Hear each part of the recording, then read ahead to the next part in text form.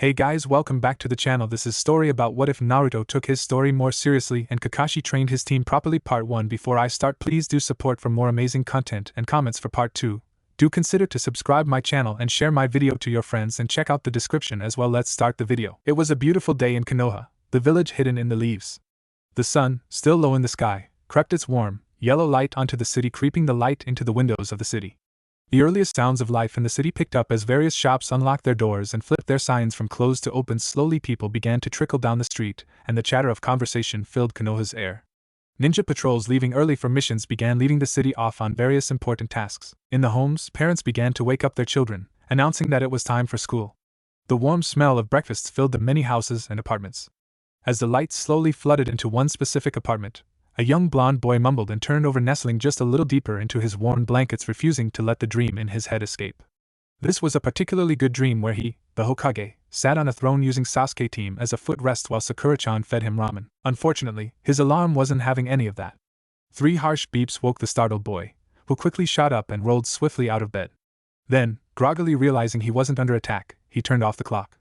Yawning, Naruto stretched out and looked at the time on the clock. There's something important I'm missing, he thought as he relaxed.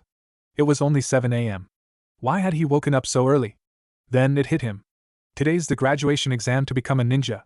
He shot into the bathroom, jumping into the shower, which was frigid. The cold water always forced a yelp from him, the shock of the cold suddenly contacting his skin. He adapted fairly quickly to the cold. He'd never had any hot water to his room, probably a result of how much his cranky landlady hated him. Finishing up his shower, Naruto threw on a pair of green boxers with ramen bowls on them, a gift from the Hokage 1 year on his birthday, followed by one of his customary orange and blue jumpsuits that he'd managed to obtain from the trash of nearby clothing store since he couldn't afford any of the clothes at most stores. From a small rickety table beside his bed, he grabbed his kunai holster and tied it to his right thigh. He grabbed his shuriken pouch and attached it over his left back pocket. He moved quickly to his kitchen and grabbed a cup of instant ramen from a cabinet and filled it with water and tossed it into a battered microwave that had come with the apartment. As soon as the microwave beeped indicating that the ramen was finished, Naruto grabbed a pair of disposable chopsticks and rushed off towards the Ninja Academy. Naruto arrived at the Ninja Academy and walked into his usual classroom. He glanced quickly around the room in search of a seat and grimaced as he realized that the only seats open were the 2 beside the genius of the class, Sasuke Uchiha. Sighing, he sat down in the seat furthest from Sasuke. Team. Naruto greeted casually, hoping to get some form of response and maybe rile up his rival. I'm gonna steal that Rookie of the Year spot from you, team. Another attempt to rile up the stoic boy. Naruto grit his teeth angrily and prepared to yell at the brooding boy when suddenly he noticed his crush, Sakura Haruno, walk into the room. She was a beautiful pinkette who tied her hair back by a red ribbon that matched her red Chinese-style dress. She wore black skin-tight pants and blue sandals. Unfortunately, she idolized Sasuke just like every other girl in the class. As she moved close to him, Naruto decided that it wasn't worth his time to focus on Sasuke and turned 100% of his attention to Sakura. Hey Sakura-chan. I was wondering if after class you… Before he could finish his sentence, however, Sakura's fist had smashed into his face, knocking him back against the seat. Shut up, Naruto baka. I don't want to hear your stupid annoying voice. Move. I want to sit beside Sasuke-kun. She shoved past him and sat beside her crush. Hi Sasuke-kun. How are you today? I was wondering, do you want to go on a date sometime? She asked, staring coyly at her crush. Naruto sighed as he picked himself up, listening to Sasuke simply HN in response to Sasuke. He'd gotten used to Sakura rejecting him and of course hitting him immediately after. Some of her worst rejections even left him wondering what he saw in her. As he shifted back into his seat, he sat up, rubbing his hurting face, and looked on as their sensei, Iruka, entered the room with his assistant, Mizuki. Alright everyone. Quiet down. It's time for the test.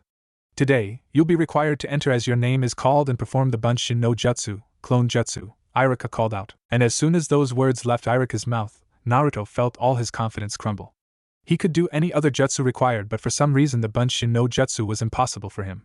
His confidence only got lower and lower as student after student left the exam room proudly wearing their headbands signifying their new induction as genin, as ninja. No. I can do this. Naruto thought. I can pass this test. Uzumaki Naruto, came Iruka's voice. Naruto masked his apprehension with a big grin and walked into the room where Iruka and Mizuki. Okay Naruto. Whenever you're ready, go ahead. Good luck. Iruka said, secretly cheering his disciple on, especially considering how similar Naruto was to how Iruka had been in the past. Naruto took a deep breath and channeled chakra before performing the appropriate hand seals for the jutsu. Bunshin no Jutsu, he called out.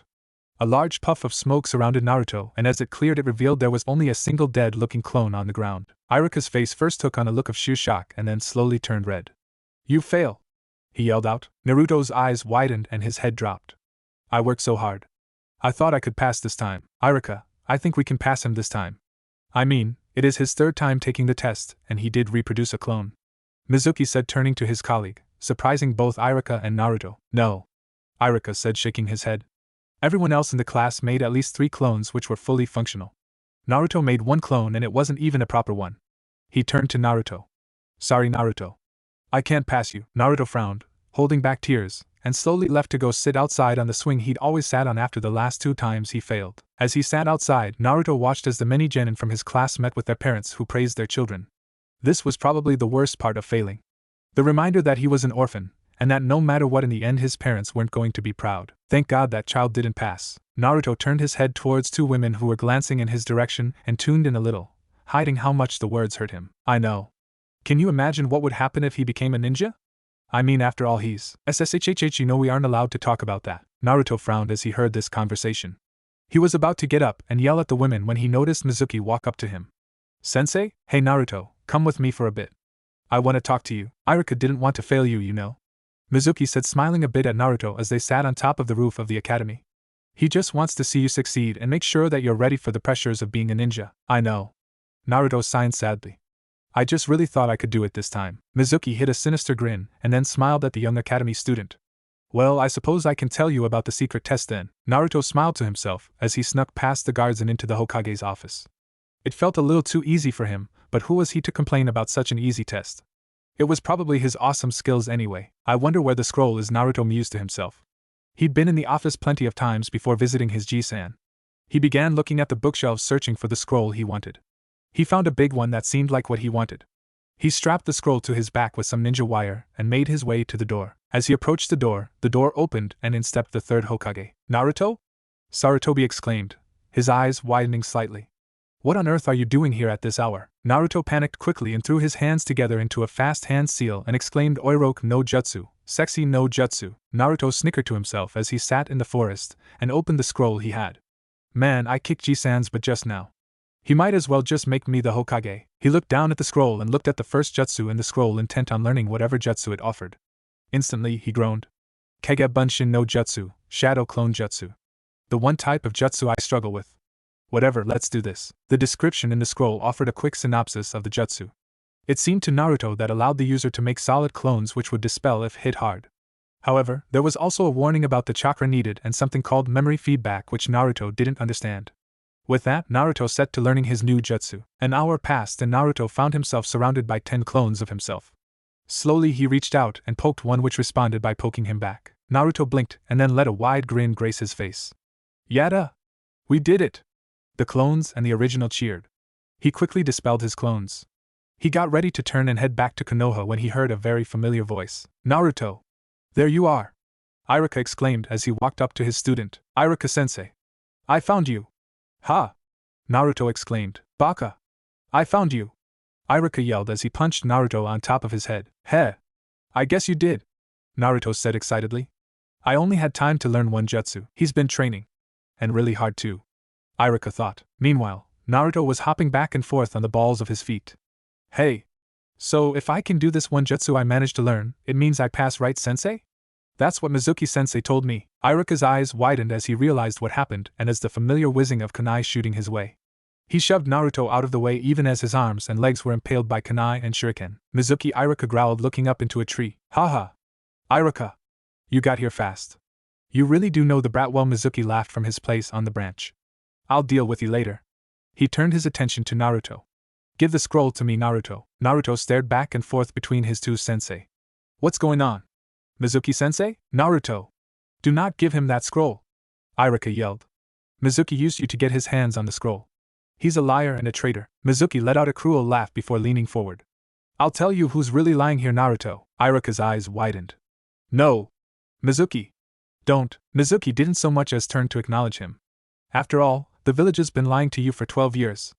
Didn't you wonder why the village treats you the way they do? Why they ignore you? Why they speak badly of you? I'll tell you why, Naruto. You see, Naruto, the Yondaime didn't kill the Kyuubi. Instead, he sealed it into a newborn baby. The baby born on that day, Naruto began to tremble. He might not have been very bright or talented, but he did develop a keen ability to understand people and common sense from having to survive alone. And he finally understood everything. I am a demon. That's why everyone hates me. Naruto was so distracted by this revelation that he didn't realize that a large Fuma shuriken was flying his way. As he realized, he felt his muscles tense, but then he hit the ground on his butt with Iruka kneeling above him with the Fuma shuriken sticking out of his back. Why? Naruto asked, voice cracking. Because we're the same. I was just like you when I was in the academy. I know the pain of not having anyone, the pain of loneliness. I'm sorry, Naruto. I should have done more. Iruka said, the pain from the Fuma shuriken lacing his voice. Don't lie to the demon, Iruka, came Mizuki's taunting voice. After all, he's the monster that killed your parents. Naruto's eyes widened and he responded to the new information in the best way he could. He grabbed the scroll and ran. Naruto jumped through the trees as fast as he could, avoiding both of the Chunin who were behind him a while ago. Naruto, turning, the blonde saw Iruka running close behind him. Naruto. Mizuki was lying. He's just trying to confuse you. Give me the scroll so I can get it back to the Hokage. Rather than listen, Naruto simply span and tackled Iruka, knocking him out of the trees into the ground below. How? How did you know I'm not Iruka? Iruka said as he grabbed his stomach and in a puff of smoke turned back into Mizuki. Naruto simply smirked. That's easy. Because I'm Iruka. He snickered a little as he collapsed at the base of a tree and reverted to himself. Mizuki scowled at his former colleague. Why are you protecting the demon Iruka? He's the reason your parents are dead. You know what's in his hands. He'll just use that scroll to destroy Konoha. That's what demons are like. You're right. Iruka said from his collapsed position, breathing hard, surprising Mizuki. That is what demons are like. Naruto, who was hiding behind a nearby tree, froze at the words. As the tears began to spill from his eyes, he thought, I knew it. Iruka-sensei thinks I'm a demon too. He hates me like the rest of them. But that's not what Naruto would do. Naruto isn't a demon. He's my proud student, a citizen and future ninja of Konoha, and I believe in his dream. Naruto Uzumaki is the future Hokage of Konoha. I acknowledge him. Instantly, Naruto's mood flipped. He had someone who acknowledged him. Iruka-sensei believed in him. Finally, someone besides the old man Hokage and the couple at his favorite ramen stand believed in him. You know, Iruka, I was going to keep you for later. But now I think I'm just going to kill you here. Mizuki's voice, cold and bitter, drew Naruto from his thoughts. Mizuki drew a second Fuma shuriken and began to spin in preparing it to throw. Just as he prepared to let loose the shuriken, a blur of orange and yellow rammed into him, knocking his arm wildly off course, forcing the shuriken in a totally different direction. Don't even think about touching Iruka-sensei. I'll kill you if you do. Naruto proclaimed, hand in the air with a defiant grin. Ha! Stupid demon! I'm a Chunin. You're not even good enough to be a genin. Mizuki responded, grinning like a madman. I'll show you. Taju Kage Bunshin no Jutsu, Multi-Shadow Clone Jutsu. Iruka and Mizuki stared as Naruto multiplied into hundreds of clones of himself. So many clones that there was almost more orange than green in the forest. What's wrong, Mizuki team? I thought you were tough. One of the clones from behind Mizuki yelled. Here we go! Yelled one to his right. Then, all the clones shot off toward a very scared traitor. Naruto smiled to himself and stood tall as he stared down at the bleeding pulp that had once been his former sensei. Maybe I overdid it a bit. Hee hee. The blonde said, scratching the back of his head. Incredible. Iruka thought to himself as he watched Naruto. I wasn't too serious earlier when I told Mizuki that Naruto was the future Hokage, but with that just now, I'm starting to believe it. Naruto. Come here. I have something I need to give you. Iruka said. Naruto sighed a little, apprehensive about what would happen, before walking over. What's up, sensei? Close your eyes, Naruto. Naruto closed his eyes and waited. He felt some Iruka remove his goggles and then felt some cloth tighten on his own forehead. Okay, Naruto. Open your eyes. Immediately, Naruto opened his eyes and his hands flew to his forehead, feeling the cold metal and tracing the familiar grooves of the leaf symbol that he'd felt the times Iruka had let him one. Iruka was grinning proudly at him, holding the goggles in one hand. Congratulations, Naruto. You graduated. How about we go and get some ramen from Ichiraku to celebrate? Naruto smiled and looked down, holding back tears of joy. Then, he tackled Iruka with a giant hug. Thanks, Iruka-sensei. Ow. Naruto. Ow. That hurts. Iruka patted Naruto on the back as they entered the office of the old Hokage. Come in, Naruto. You too, Iruka. Have a seat. Iruka and Naruto had gone to get ramen before coming to see the old Hokage, though Iruka had Naruto send a clone to deliver the forbidden scroll. However, Sarutobi still wished to talk to Naruto to make sure everything was fine and that there would be no problems. Well, Naruto. Tell me what happened. He knew, of course. But the boy didn't need to know that. Naruto relayed the story to his adopted grandfather, explaining in detail about how Mizuki tricked him into stealing the scroll, about learning the jutsu, and about learning about the Kyuubi. As the story progressed, Naruto became more quiet and downcast. And upon reaching the part about the Kyuubi, Ji-san. Is it true? That I'm. Sarutobi sighed and looked at the portrait of Minato that hung from the wall directly opposite of his seat and directly behind Naruto and Iruka. It is. Naruto looked down, the tears flooding out of his eyes and down his face. So it's true. I am a demon. This time, Iruka was the one that intervened. No. You aren't a demon, Naruto. You're the prison and the Kyuubi is your prisoner, indeed, Sarutobi said. If I were to seal a kunai into a scroll, would it become a kunai?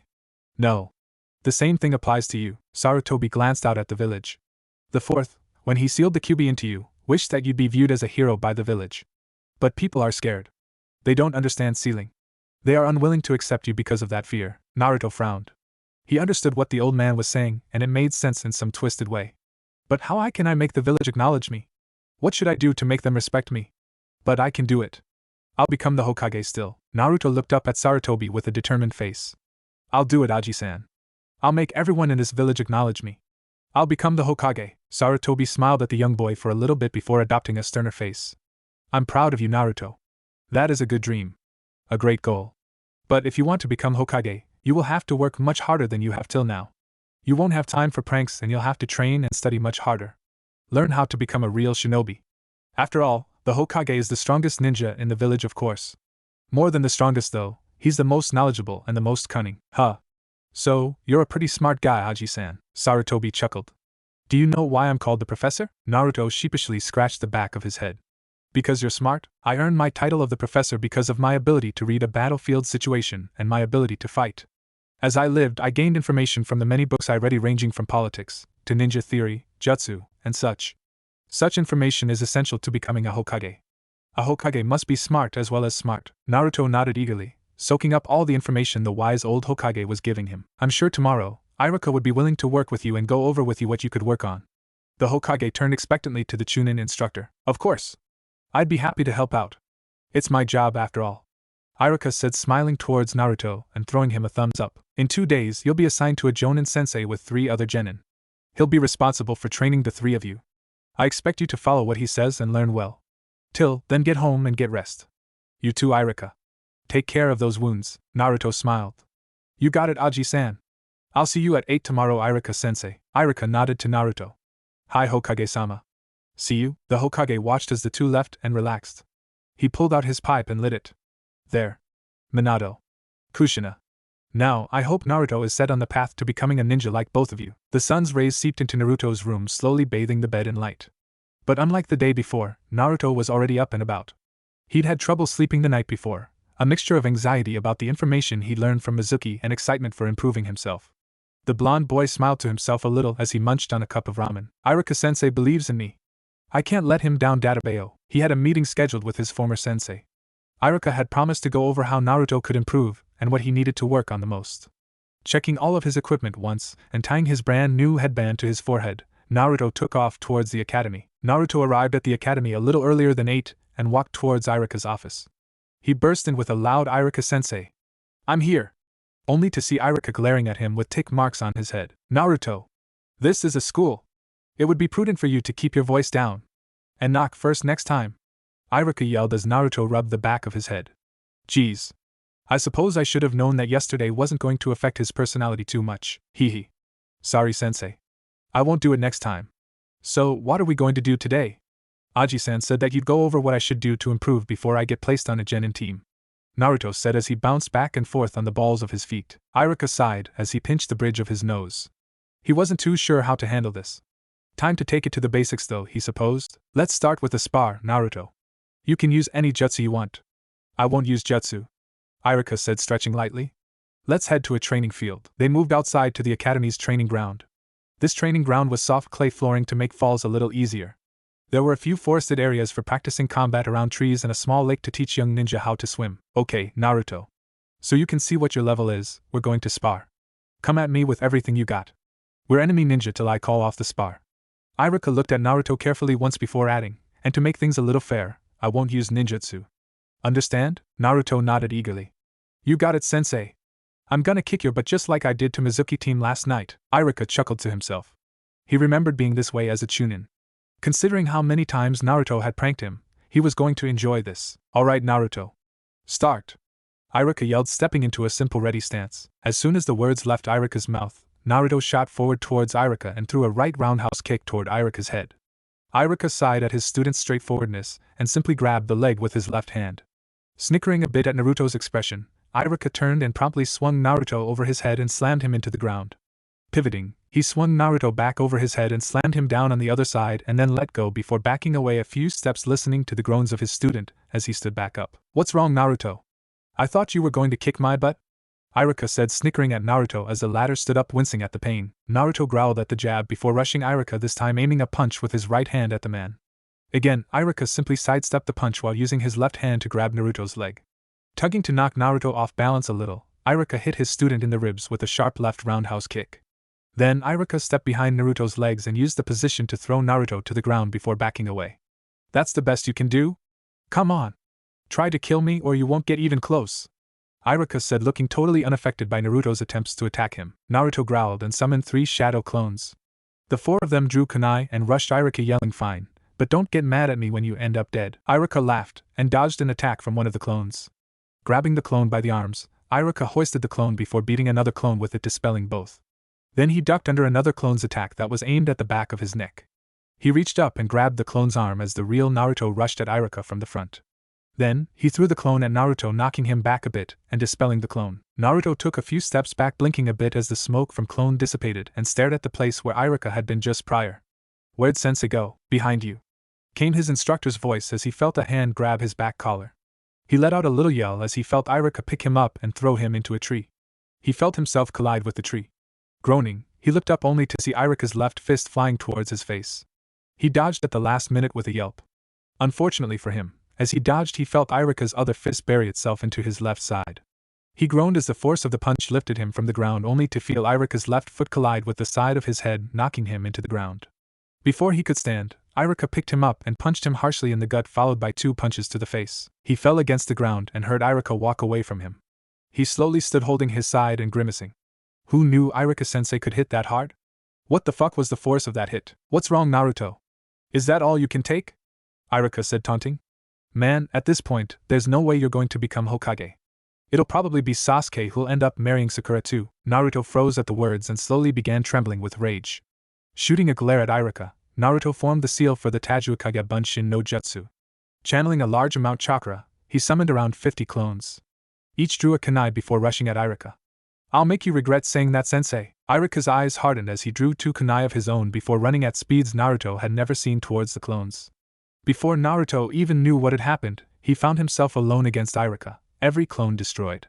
Naruto grit his teeth and rushed towards Iruka, who'd put the kunai away. As Naruto closed in and tried to slash at Iruka, he felt a hand wrap itself around his wrist. Again, he felt Iruka's knee drill into his stomach, followed by a swift kick to his head. Before he'd hit the ground, 6 punches drilled themselves into his gut, knocking the air from him as well. Naruto collapsed on the floor, breathing hard from the damage done to him. He slowly started to get up, but again before he could, he felt Iruka's foot connect into his side, knocking him over. "All right, Naruto. That's enough," Iruka said to his student, who immediately lay down on his back with a groan. "How do you think that went?" Naruto groaned again. "That was terrible. You're a lot stronger than you look, Iruka-sensei." Iruka chuckled at his student. "Well, I am a Chunin, Naruto.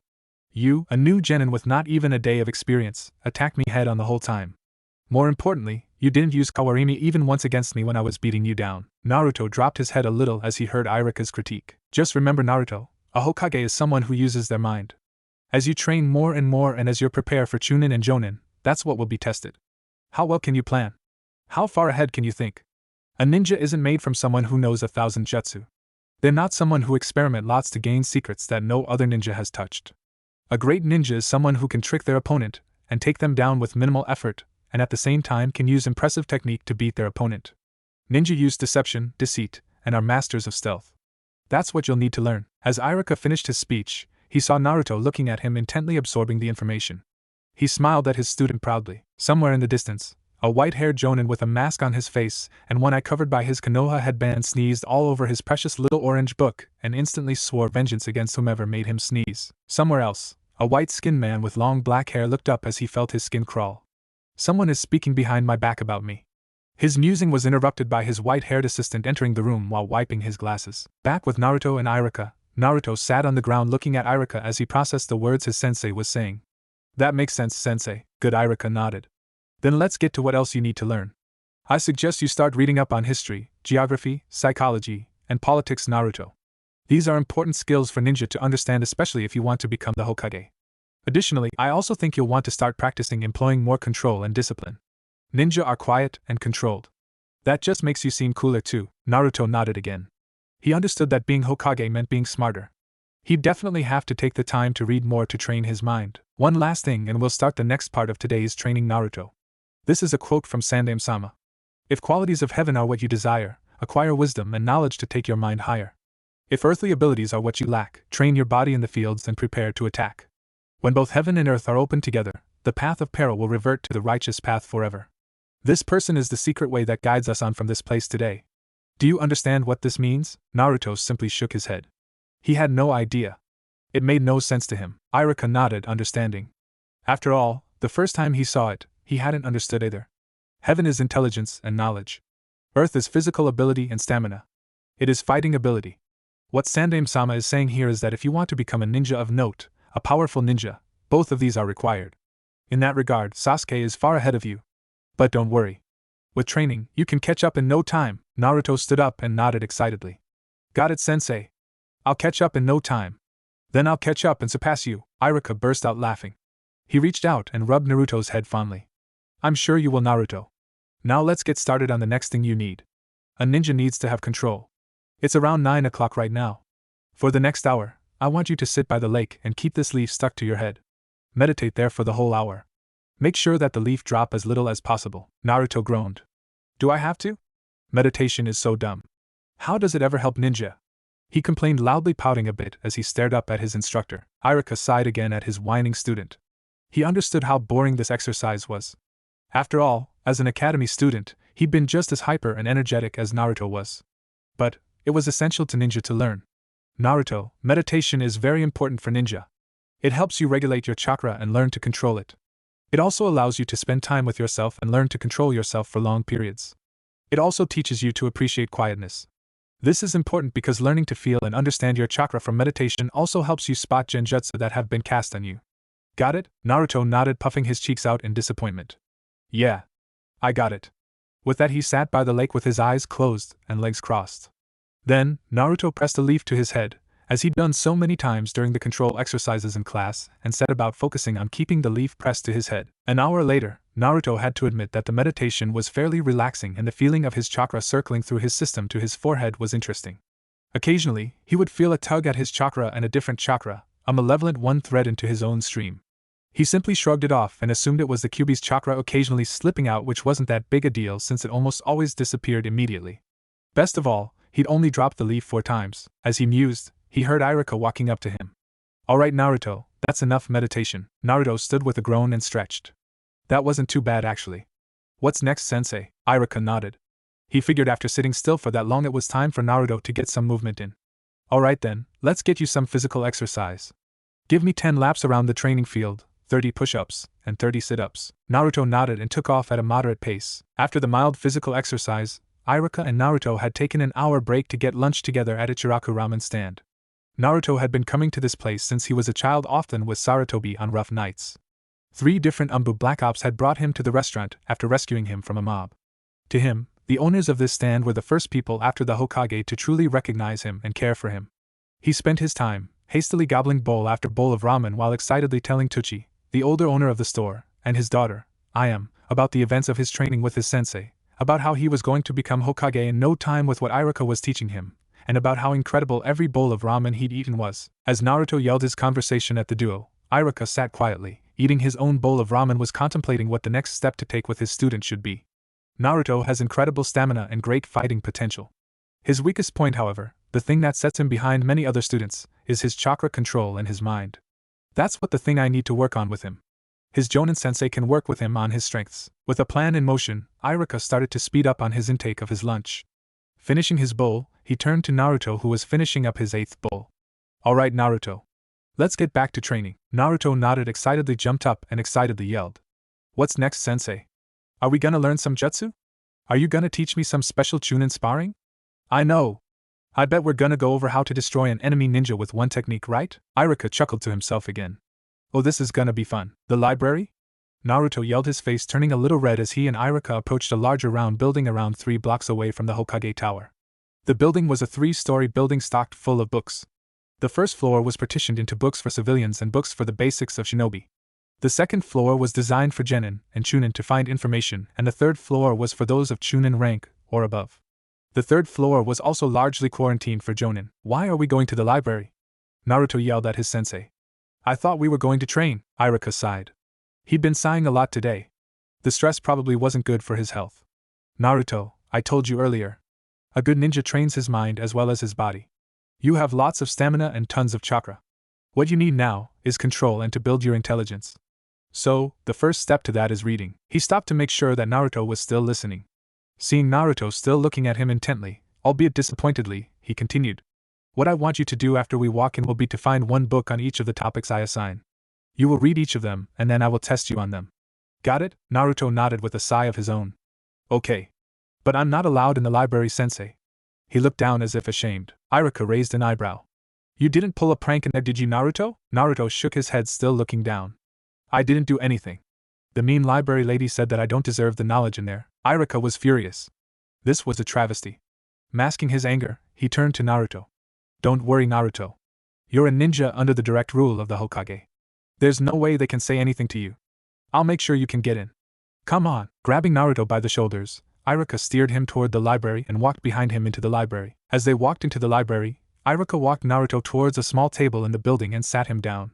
Then in a quiet voice, he began giving instructions. Okay. I want you to get 5 from these categories. First, I want you to get a book on basic chakra control and theory. Second, get yourself a book on the history of Konoha. Anything about Konoha's history will do. We have tons of stuff for you to learn about. The third kind of book you want to look for is a fiction book. The fourth book I want you to get is a biography.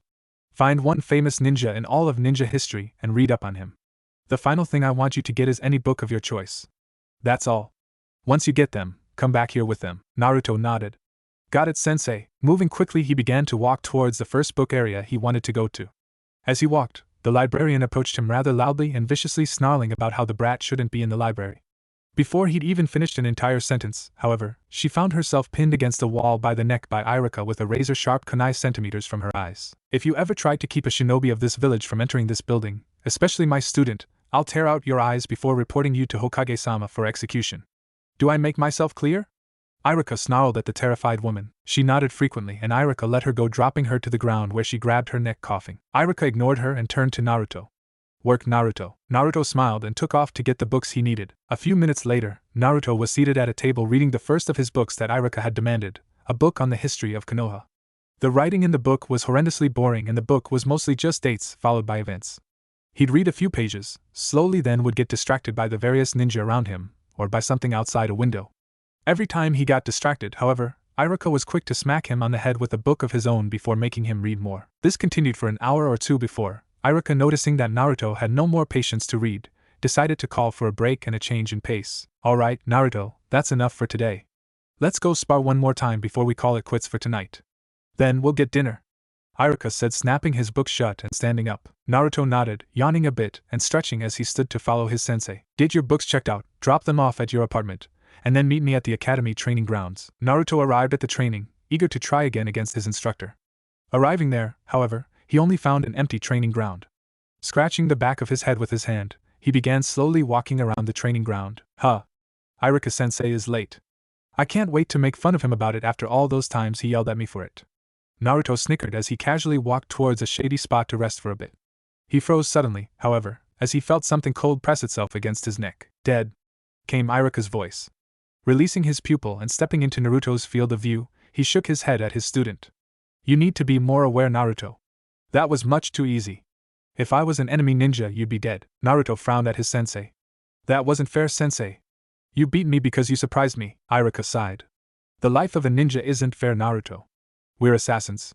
We use stealth, tricks, and surprise as our weapons. You need to be aware of that. Stretching slightly, he took a few steps away from Naruto. But since you want a head-on fight, come at me. Let's see what you've got. Naruto grinned before taking off at his instructor charging forward. Iruka smiled at his student's approach. He was going to enjoy this too. Time to get revenge for all those pranks. Naruto sat bruised and battered in Iruka's apartment, staring at his plate. First you kick my butt, then you make me eat vegetables. You're really sadistic, sensei. Iruka burst out laughing as he looked at the plate in front of his student, which had rice, some steamed carrots and spinach, some fish, and a bowl of miso soup. Eating healthy is part of becoming a better ninja too, Naruto. I'm sure your new sensei will insist on it too starting tomorrow. Oh yeah. We get assigned to our new teams tomorrow. I can't wait. Do you know who our sensei is? What kind of missions do we get to go on? I bet it's something really cool. Naruto began excitedly. Calm down, Naruto. Iruka yelled. You'll just have to wait and see. Now eat your food. You should probably head back soon and get bed. Naruto nodded before gobbling his food. Naruto stepped out of his apartment, taking in the crisp morning air, and stretched slightly. He'd gotten up extra early today, excited about getting placed onto a team and to go on missions. It's the start of my career to become Hokage. Happily munching on a cup of ramen, Naruto descended down to the street below and began a happy walk to the academy. There was no one out and about this early, which meant that the day hadn't started with the cold glares that people sent his way either. A good start. I hope I don't get placed on a team with Sasuke team. I'm gonna hope that I end up with Sakura-chan. As long as I'm with Sakura-chan and not with Sasuke team, I don't care who the third person is. He smiled again as he imagined himself with the Hokage hat on, sitting on a throne with Sakura feeding him his beloved Ichiraku ramen as he used Sasuke as a footstool. He was so lost in this daydream, in fact, that he didn't notice that he'd reached the academy till he walked right into the closed door to the building, smacking his head hard against a large wooden door. Yelping, Naruto looked both directions quickly to make sure no one saw him, before swinging the door open and hurrying to his classroom. As he moved in, he noticed Iruka focused on last-minute grading and other plans for the summer. Good morning, Iruka-sensei. Naruto yelled, grinning as he noticed the teacher startle, scratching a red line across the paper he was currently grading. Iruka took a moment to compose himself before shooting a heated glare at Naruto. Good morning, Naruto. I see you still have energy after all that work yesterday. I'll be sure to let your Jonin-sensei know to remedy that. Naruto just waved him off with a laugh. I finished that book on Konoha history yesterday. It was so boring. But I guess I learned some stuff. He'd sat late into the night poring over the book. In reality, he was fascinated by the Hokage, by each of their stories, and by what each had sacrificed for the village. His hero had always been the fourth, the hero who sealed the fox into him, but now he understood the sacrifices made by the first and second, and why the third was the Hokage too. The information had only served to increase his resolve to join their ranks. He just didn't need Iruka to assign more boring books to read. I'm impressed you finished that fast, Naruto. I expect you to keep up that work ethic after you join your genin team. Iruka said with a smile at his favorite student. Do you already know what the teams are, sensei? Naruto asked, edging a bit closer to the desk, hoping to maybe get a peek at the listing. Iruka, however, shifted his papers so that they covered the names and smirked. Yes, Naruto. I do. You'll just have to wait till everyone's here before you find out though. Naruto pouted at his teacher's response before sighing and finding a seat. Fine. I guess I'll just read till then. Iruka nodded at his student. Good idea. One day training with me isn't enough to catch up to the others in your class. Naruto, having finished his book on history, decided the next book he would cover was the biography he'd picked. Deciding that the history books gave enough information to him on the Hokage and prominent figures such as the Sannin, Naruto had chosen a book on Tsukumo Hatake, the White Fang of Konoha. The story of the ninja was tremendously interesting to Naruto, and he quickly found himself immersed in the story of the man. As he read, the room filled with more and more voices as students flooded in, and ironically, Naruto found himself seated on the same row as Sasuke, with just a seat between them. TCH. Of course I'd end up on the same row as the stupid team. Why couldn't he go sit somewhere else? Muttering to himself about stuck-up jerks, Naruto returned to his book. He didn't get a chance to read long though, as sudden pounding was heard accompanied by arguing and yelling. Naruto looked up to see two girls burst through the door, one pink-haired and one blonde. The pink-haired one was yelling, "Ha! Take that, Ino pig! I'm first," the blonde immediately responded. "No way, forehead! My foot was a whole inch ahead of yours." The two continued this argument till suddenly Sakura took off running up to Naruto. Naruto's face burst into a bright smile. "Good morning, Sakura-ch." Before he could finish his loud greeting, however, he felt a fist make hard contact with his head followed by a screech. "Move it! I want to sit next to Sasuke-kun," Naruto grimaced. He should have expected that. Despite his massive crush on the girl, Sakura seemed to only have eyes for one person, her beloved Sasuke, who didn't care for the girl at all. "What are you doing here anyway, Baka? Don't you know that only people who pass the exam get to be genin?" Sakura continued as she moved next to her beloved Sasuke-kun. Naruto sighed to himself, he should have expected this behavior. Putting on his usual happy smile again, he pointed at his headband. "I passed, Sakura-chan. That's what the headband means, whatever." Sakura rolled her eyes and then turned to Sasuke. "Sasuke-kun, Are you excited to be placed on a genin team? I hope we end up on a team together. Sakura shrieked at Sasuke. Wincing a bit at the pink head's volume, Sasuke responded. Naruto rolled his eyes at the interaction and returned to his book, reading up a bit more on the White Fang, who seemed to have been one of Konoha's best jonin. It was actually very surprising to him that the man wasn't better known despite his incredible power, which some even rumored rivaled the Sannin. As Naruto continued his reading, he noticed Iruka stand and begin to speak. Alright. Listen up. I'm going to start announcing the teams that will be made. Team 1 will consist of Miwa Abumi, Jin Tsukaya Shizaki, and Toshiro Yura. Your sensei will be Genma Shiranui. Naruto sighed and continued reading, making sure, however, to stay focused enough to hear his name. Please don't let me be on a team with Sasuke team. Iruka's voice cut through Naruto's thoughts. Team 7 shall be made up of Naruto Uzumaki. Please not Sasuke. Please let me be with Sakura-chan, Sakura Haruno. Yada! Naruto thought with a big grin taking over his face. Sakura groaned at the thought. Great. Now I have to deal with him constantly begging me for a date. And finally Iruka continued. Uchiha Sasuke. What? Came Naruto's voice as he jumped up, throwing a finger towards Sasuke as he spoke, ignoring Sakura's triumphant cheering. Sensei, this has to be the stupidest idea ever. We don't get along at all. Why would anyone place us on a team together when we hate each other's guts? Whoever made these teams was totally wrong. There is a definite mistake here. Iruka let out a sigh and suppressed a chuckle at the same time. He was expecting this. Quiet, Naruto. Customarily, the teams are made up of the Rookie of the Year, the Best Kunoichi, and the Dead Last. You were the Dead Last this year and Sasuke was the Rookie of the Year. Naruto sat down with a sigh as the rest of the class laughed at him. Your sensei will be Hatake Kakashi. As the words left Iruka's mouth, Naruto instantly perked up. Hatake? Like Hatake Tsukumo? Is this person related to the White Fang? Before he could ask, however, Iruka had continued on. Team 8 will be Hinata Hyuga, Kiba Inuzuka, and Shino Aburame. Your sensei will be Yahi Kurinai. Team 9 is still in circulation. Team 10 will be Choji Akamichi, Shikamaru Nara, and Ino Yamanaka. Your sensei will be Sarutobi Asuma. Sarutobi? Someone related to Aji-san? Naruto's pondered again. I wonder if he's strong like Aji-san too. Alright class. Your sensei should be here soon. Please wait patiently for them to arrive. Iruka said. Almost as soon as the words left his mouth, the door opened and a tall man with hair spiked back slightly and a beard stepped in. He wore the usual jonin attire, but at his waist was a white cloth bearing the symbol of the Hai no Kuni. He casually puffed on his cigarette for a second while assessing the class in front of him. Team 10. Come with me. Turning, he stepped out of the door, stopping briefly to mutter a hello to someone as they stepped in. This jonin was a tall, beautiful lady with gorgeous red eyes and long brown hair. She wore a dress that appeared to be made from bandages. Team 8. Follow me please. Without another word, she left, leaving her team to hurry after her. As Kiba passed Naruto, he yelled, We got a Toto babe, Akamaru. This is gonna be great. Naruto sighed at the statement. I can't believe I let him get a better class rank than me. Almost an hour passed and every other team had left the room except for Naruto's. He had grown impatient, yelling about his failure of a sensei and about how stupid it was that the jonin was so late. I'm starving. Where is this idiot sensei? Came his yell again. Sakura, however, had grown tired of the screaming.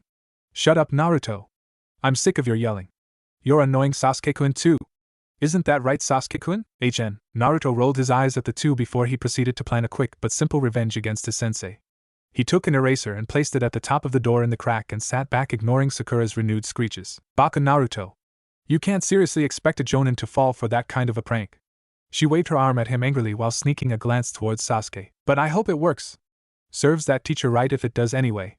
Inner Sakura cheered. As she finished her statement, the door slid open and the eraser fell, right onto a white spiky-haired man who wore a face mask, the standard jonin attire, but wore his headband pulled down over his left eye. As it fell, it bounced slightly before falling to the ground. As soon as it happened, Naruto burst out laughing while Sakura frantically apologized and Sasuke simply glared at Naruto and at his new sensei. Humph. If he falls for such a simple trick, he must be pathetic. Sasuke thought. Kakashi, however, wasn't quite as pathetic as Sasuke thought. He knew the trap was there, of course, but any good ninja also knew the value of underestimation. This was step 1 to make his foolish little students underestimate him. Smiling at the 3 genin in front of him, Kakashi held up his hand. Team 7. I'm your new sensei.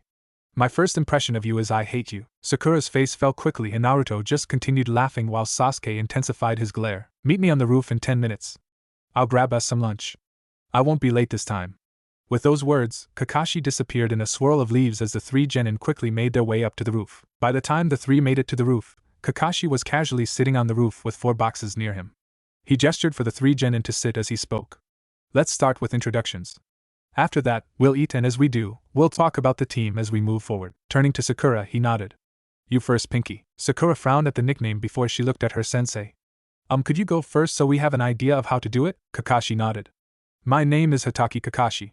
My likes I can't tell you about till you're old enough. I don't particularly care enough to tell you about my dislikes. I have some hobbies, though I suppose I do enjoy reading. I don't think I want to tell you about my dreams for the future. The three genins' sweat dropped. All he told us is his name, and that he likes to read. They all thought. Now it's your turn, Pinky. Sakura nodded. My name is Haruno Sakura. My likes are, she glanced at Sasuke. My hobbies are, another glance at Sasuke. My dreams for the future, another glance at Sasuke followed by a slight nosebleed. Oh. And my dislikes are Ino Pig and Naruto. Sakura shrieked. Kakashi winced at the volume slightly while Naruto grimaced. Great. A fangirl. We'll have to work on that. Storing the thought, Kakashi picked up the first bento that he had, which was gray but with a small Sakura flower on top. Sakura accepted with a bow and opened the box. As soon as she did, however, she immediately became disappointed and almost instinctively pushed the box away.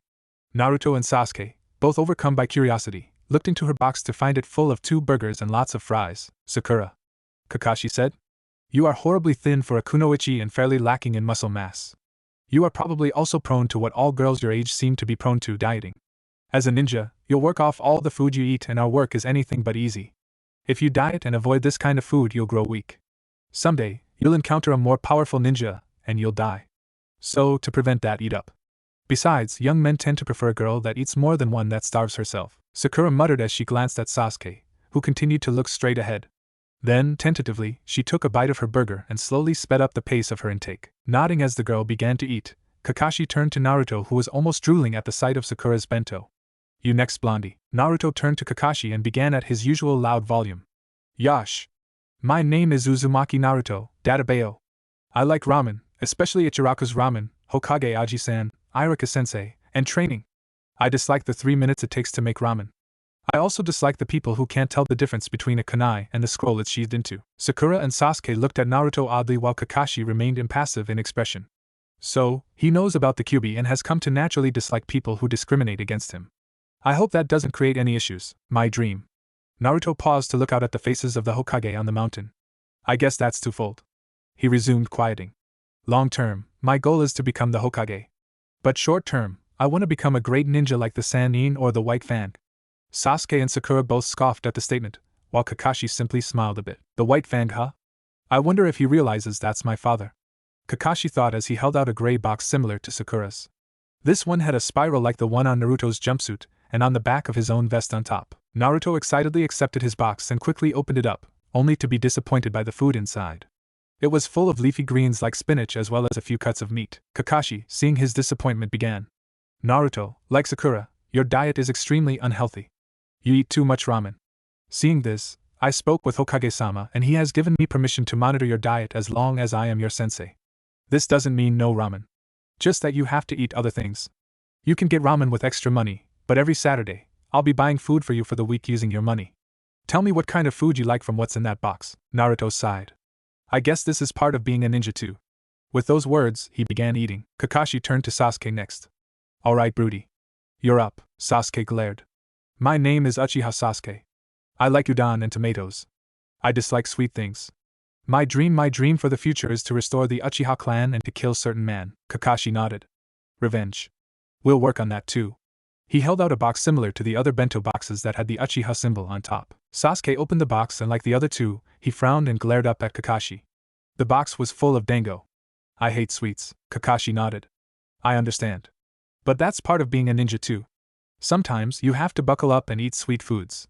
That's a side of life that you have to learn to appreciate because as you get older, finding sweet things gets a little harder in the bitter world of shinobi. And sometimes, it's good to eat foods you dislike. Sasuke sighed and looked at his teammates, who were tentatively eating their own food. With another sigh, he began to eat his dango. Kakashi opened his own box, which was full of curry bread, one of his least favorite foods thanks to a certain green spandex-clad jonin.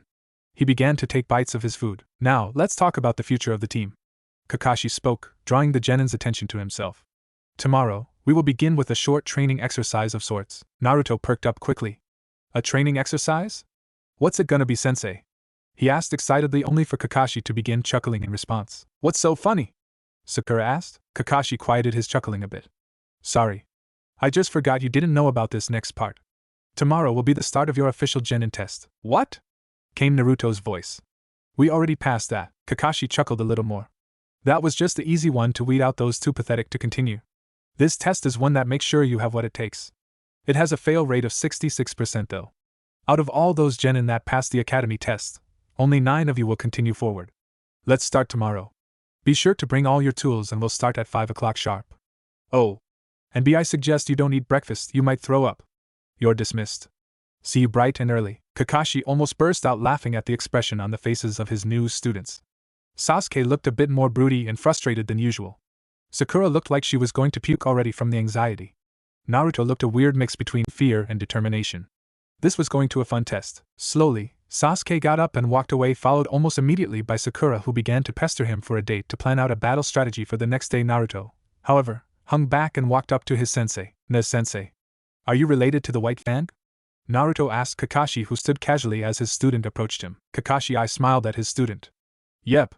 He was my dad. Naruto began jumping up and down. That's so cool. He's an incredible ninja. Naruto almost shouted. I'm reading a book about him. He pulled out his biography and showed it to Kakashi. Kakashi smiled at his student's enthusiasm and began flipping through the pages. What prompted you to read about him, Naruto? Well, Hokage Aji-san told me I needed to know about history and really polish my skills as a ninja. So, yesterday I worked on my taijutsu and basic knowledge with Iruka-sensei. He made me get 5 books at the library. One of those had to be a biography, and I didn't want to read on a ninja that was really popular with history books since that was one I had to read too. Kakashi nodded understandingly. It's nice to see someone looks up to dad. Get some rest, Naruto. Tomorrow's gonna be tough. Naruto nodded and after saying goodbye sped off to prepare for the next day. Naruto decided that his last task would be to meet with Iruka once more with some questions and then head to either the library or to visit the old Hokage. With that in mind, he took off to meet his old sensei. He jumped in through the window to Iruka's office and loudly announced his presence. Iruka-sensei. As soon as he did, he felt a piece of chalk hit him squarely between eyes. What is it, Naruto? Naruto rubbed face as he responded. So, I finished the book on history and on the White Fang. I want to grab a book that's special interest next. Do you have any recommendations? Iruka looked at Naruto. I'm impressed that you finished those books so fast. Have you tried asking your new Jonin sensei? Naruto shook his head. He doesn't really know me well yet. I want to see what you think. Iruka nodded. That made sense to him. A lot of shinobi have specialties. They have specialties such as specific jutsu, weapons, or even styles of a certain jutsu type. I'm not sure which of those you could research. Perhaps ask the Hokage? Naruto's eyes lit up. Good idea. I was planning to go by and visit since I haven't spoken to him in a while. I'll head off there. Naruto knocked on the Hokage's door before simply walking in. Hey Aji-san. The old Hokage looked up at the young genin and smiled. Hello Naruto. How are you? I'm great. Are you still doing that boring old paperwork? Sarutobi sighed before glaring at the large stacks of paper in front of him. I am. Unfortunately, this work never seems to end. I never understand how the fourth would finish all this work as quickly as he did. Naruto laughed happily. I guess he really was a flash all the time. Say, Aji-san, I have a question. Sarutobi raised an eyebrow before leaning back. Go ahead, Naruto. What was your question? Iruka-sensei said I should get a book about a topic I'm interested in, and I'm not really sure what I should read. I want to read something that'll kind of develop into a specialty for myself. I was wondering if you have any recommendations. The old Hokage smiled to himself. I'm sure I can think of something. The Hokage stood up and began to walk around the room. The wheels in Sarutobi's head were spinning like crazy. This is an opportunity to see how Naruto takes to the kind of jutsu that made his parents so famous.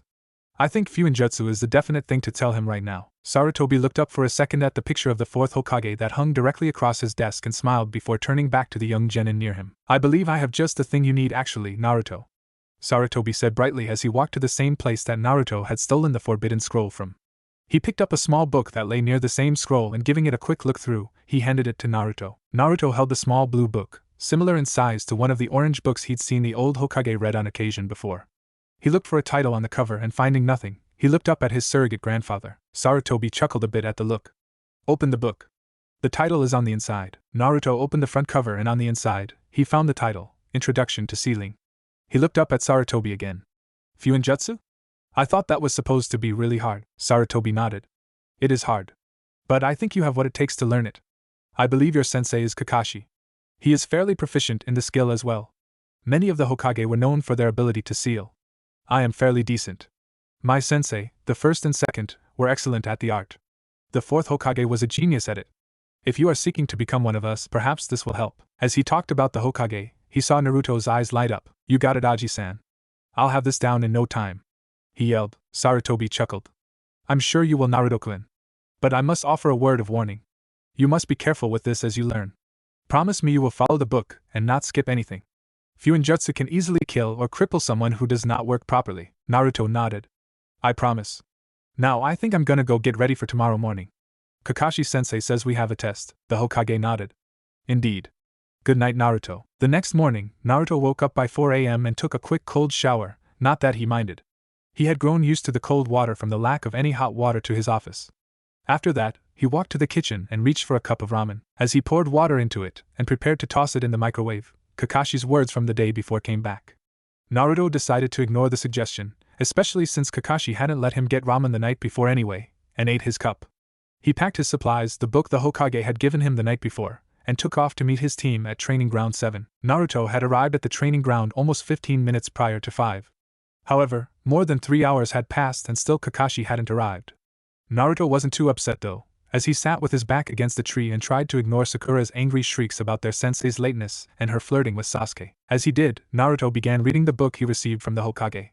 The first few pages had precautionary warnings of Fuinjutsu, and the author, a name he didn't recognize, recommended the student to practice handwriting while studying the book constantly because even 1 or 2 stray marks could cause havoc to students. As the third hour passed, Kakashi appeared before his students in a puff of smoke. Good morning.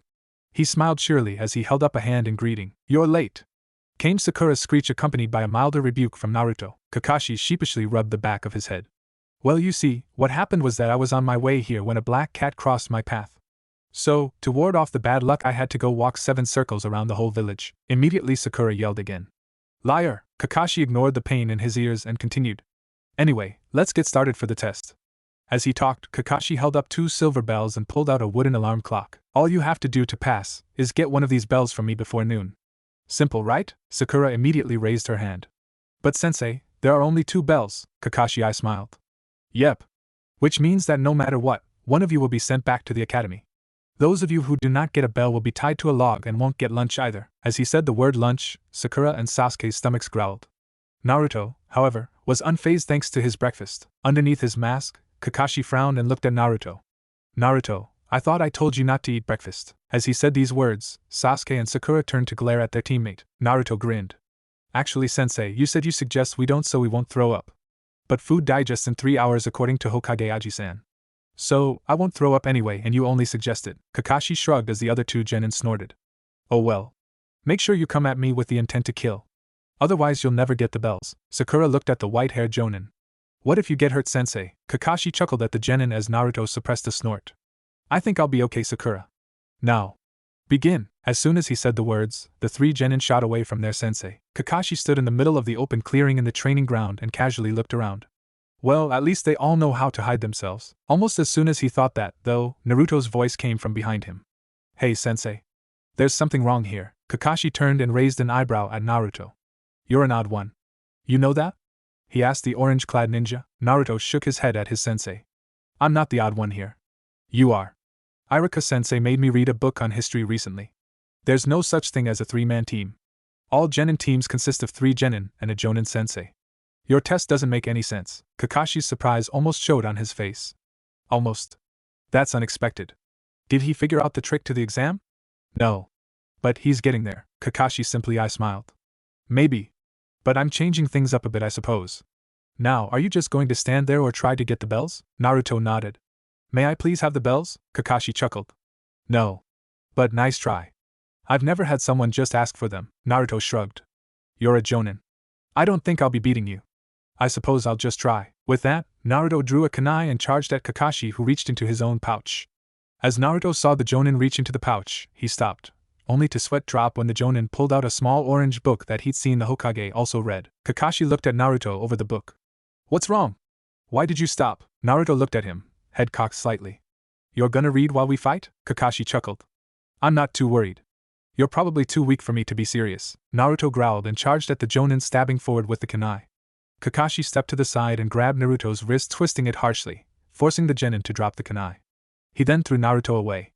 Naruto flipped in the air, so that he would land on his feet, and then charged again at Kakashi, attacking with an onslaught of punches and kicks that Kakashi simply wove through, while occasionally giggling at his Ika. Naruto growled and drew a kunai and slashed at the jonin, only to find him suddenly gone. Then, from behind him, he heard a voice. The first skill of the ninja is taijutsu. Don't you know not to let your enemy behind you? Before Naruto could react, he heard a warning yell from Sakura, and then he felt Kakashi's fingers into his butt and felt himself go flying into a nearby lake. As this happened, 3 things happened. First, Kakashi let out a yell of 1,000 years of pain. Sakura face planted, as she not only foolishly gave away her position but also mistook a glorified Kensho for a tiger seal. Sasuke muttered to himself about revenge, the stupidity of Sakura caring about Naruto and foolishly giving away her position, and about some more revenge. Naruto hit the water in the lake hard and felt the cool water surround him. As it did, he decided that it was time to change his approach. Kakashi was too strong for him. He put his fingers into his favorite hand seal and quickly created 20 clones which burst from the water and began to attack Kakashi. As this happened, another 2 clones quietly slipped away. Naruto began to attack Kakashi with his clones from multiple angles and prepared to take the bells. Each time he got close, however, Kakashi simply found a way to escape using the Kawarimi Jutsu or simply using a clone as a weapon. As the number of clones dwindled, Naruto took a few steps back and began to throw weapons at Kakashi, missing quite a few of the throws, hitting his own clones. Eventually, only he was left. Kakashi smiled at Naruto. Well, that was interesting. Are you done yet? Naruto just smiled as the 2 clones he'd split away earlier flung kunai at Kakashi.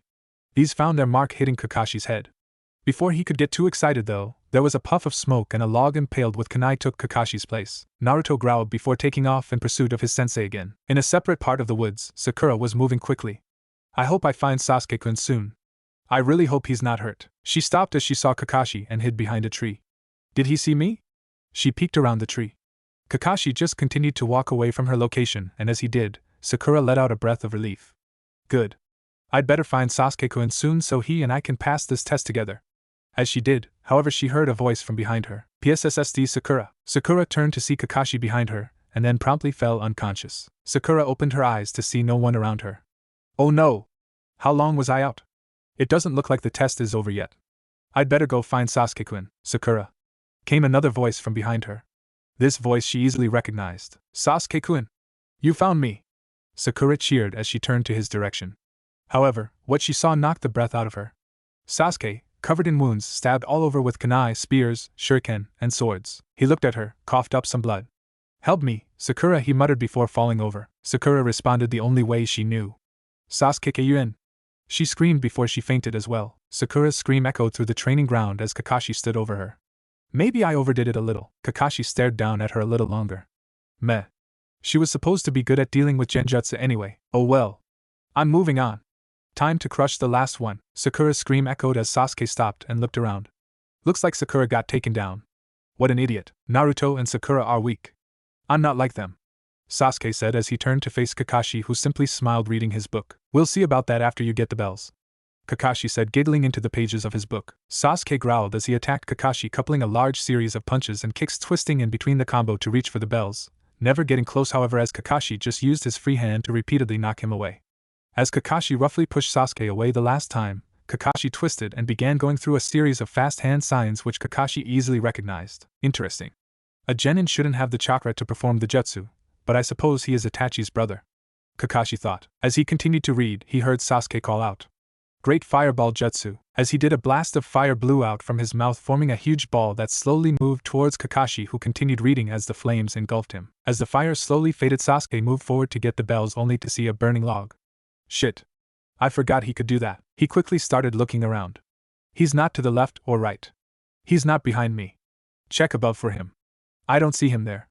Where is he? Below came Kakashi's voice as Sasuke tried to jump away. The white-haired ninja quickly wrapped his hands around Sasuke's ankles and pulled him into the ground so that only his head was above it. Earth-style, headhunter jutsu, Kakashi said, still reading his little orange book. You certainly do stand out. But you aren't anything more special than Naruto. Just a little better trained, but I'm sure that won't last long. Anyway, I'm sure you've heard before that the nail that sticks up is the one that gets hammered down the hardest. With those words, Kakashi took off, still giggling into his orange book. Naruto found Sakura collapsed on the ground and began to shake her. Sakura, wake up. We need to find Sasuke team and team up. We can't beat Sensei alone. As Naruto shook her to try to wake her up, Sakura opened her eyes. What? Naruto smiled. Great. You're awake before Naruto could finish speaking though. Sakura sat up frantically, smashing her forehead into Naruto's nose, knocking him over. With a quick screech of Sasuke-kun, she took off running. Sasuke's head continued to look around when he saw Sakura. He decided that she could help him out and called out, "Sakura, help me!" She turned to him and then with another screech passed out. Sasuke just bowed his head and groaned. Damn it. Luckily, before much longer, Naruto showed up. Hey team. You're a bit stuck there. Stop wasting time. He quickly began digging Sasuke out. Sasuke gave him a quick and strange, confused glare. What are you doing, Dobe? You do realize this is a competition? Naruto nodded. Yeah, but there's no point to all of us failing. He's a jonin. I think the only chance we have is to work together, even if I do hate you with every inch of my guts. Sasuke rolled his eyes. As if you have anything to offer, Dobe. I don't need help from the dead last. Naruto started to argue. As if you can deal with a jonin alone, team. No matter how good you are, what makes you think that one of the elite ninja in the village is going to lose to you? Sasuke grit his teeth, turning away as Sakura sat up, quietly listening to the conversation between the two boys. The man I need to kill is stronger. I don't have time to waste arguing with you. Naruto tried again. How do you know that? What if this ninja is stronger? Kakashi-sensei might be way stronger for all you know. Before either of the boys could continue though, Sakura screeched. Shut up, Baka. Didn't you hear what Sasuke-kun said? He doesn't need help from some no-name loser like you. You're just a class clown and a dead-last moron. It's probably because you don't have parents to tell you right from wrong anyway. You don't even have to have annoying parents to yell at you. Isn't that right, Sasuke-kun? Naruto grit his teeth at the pinkette's harsh words and clenched his fist tight. Why?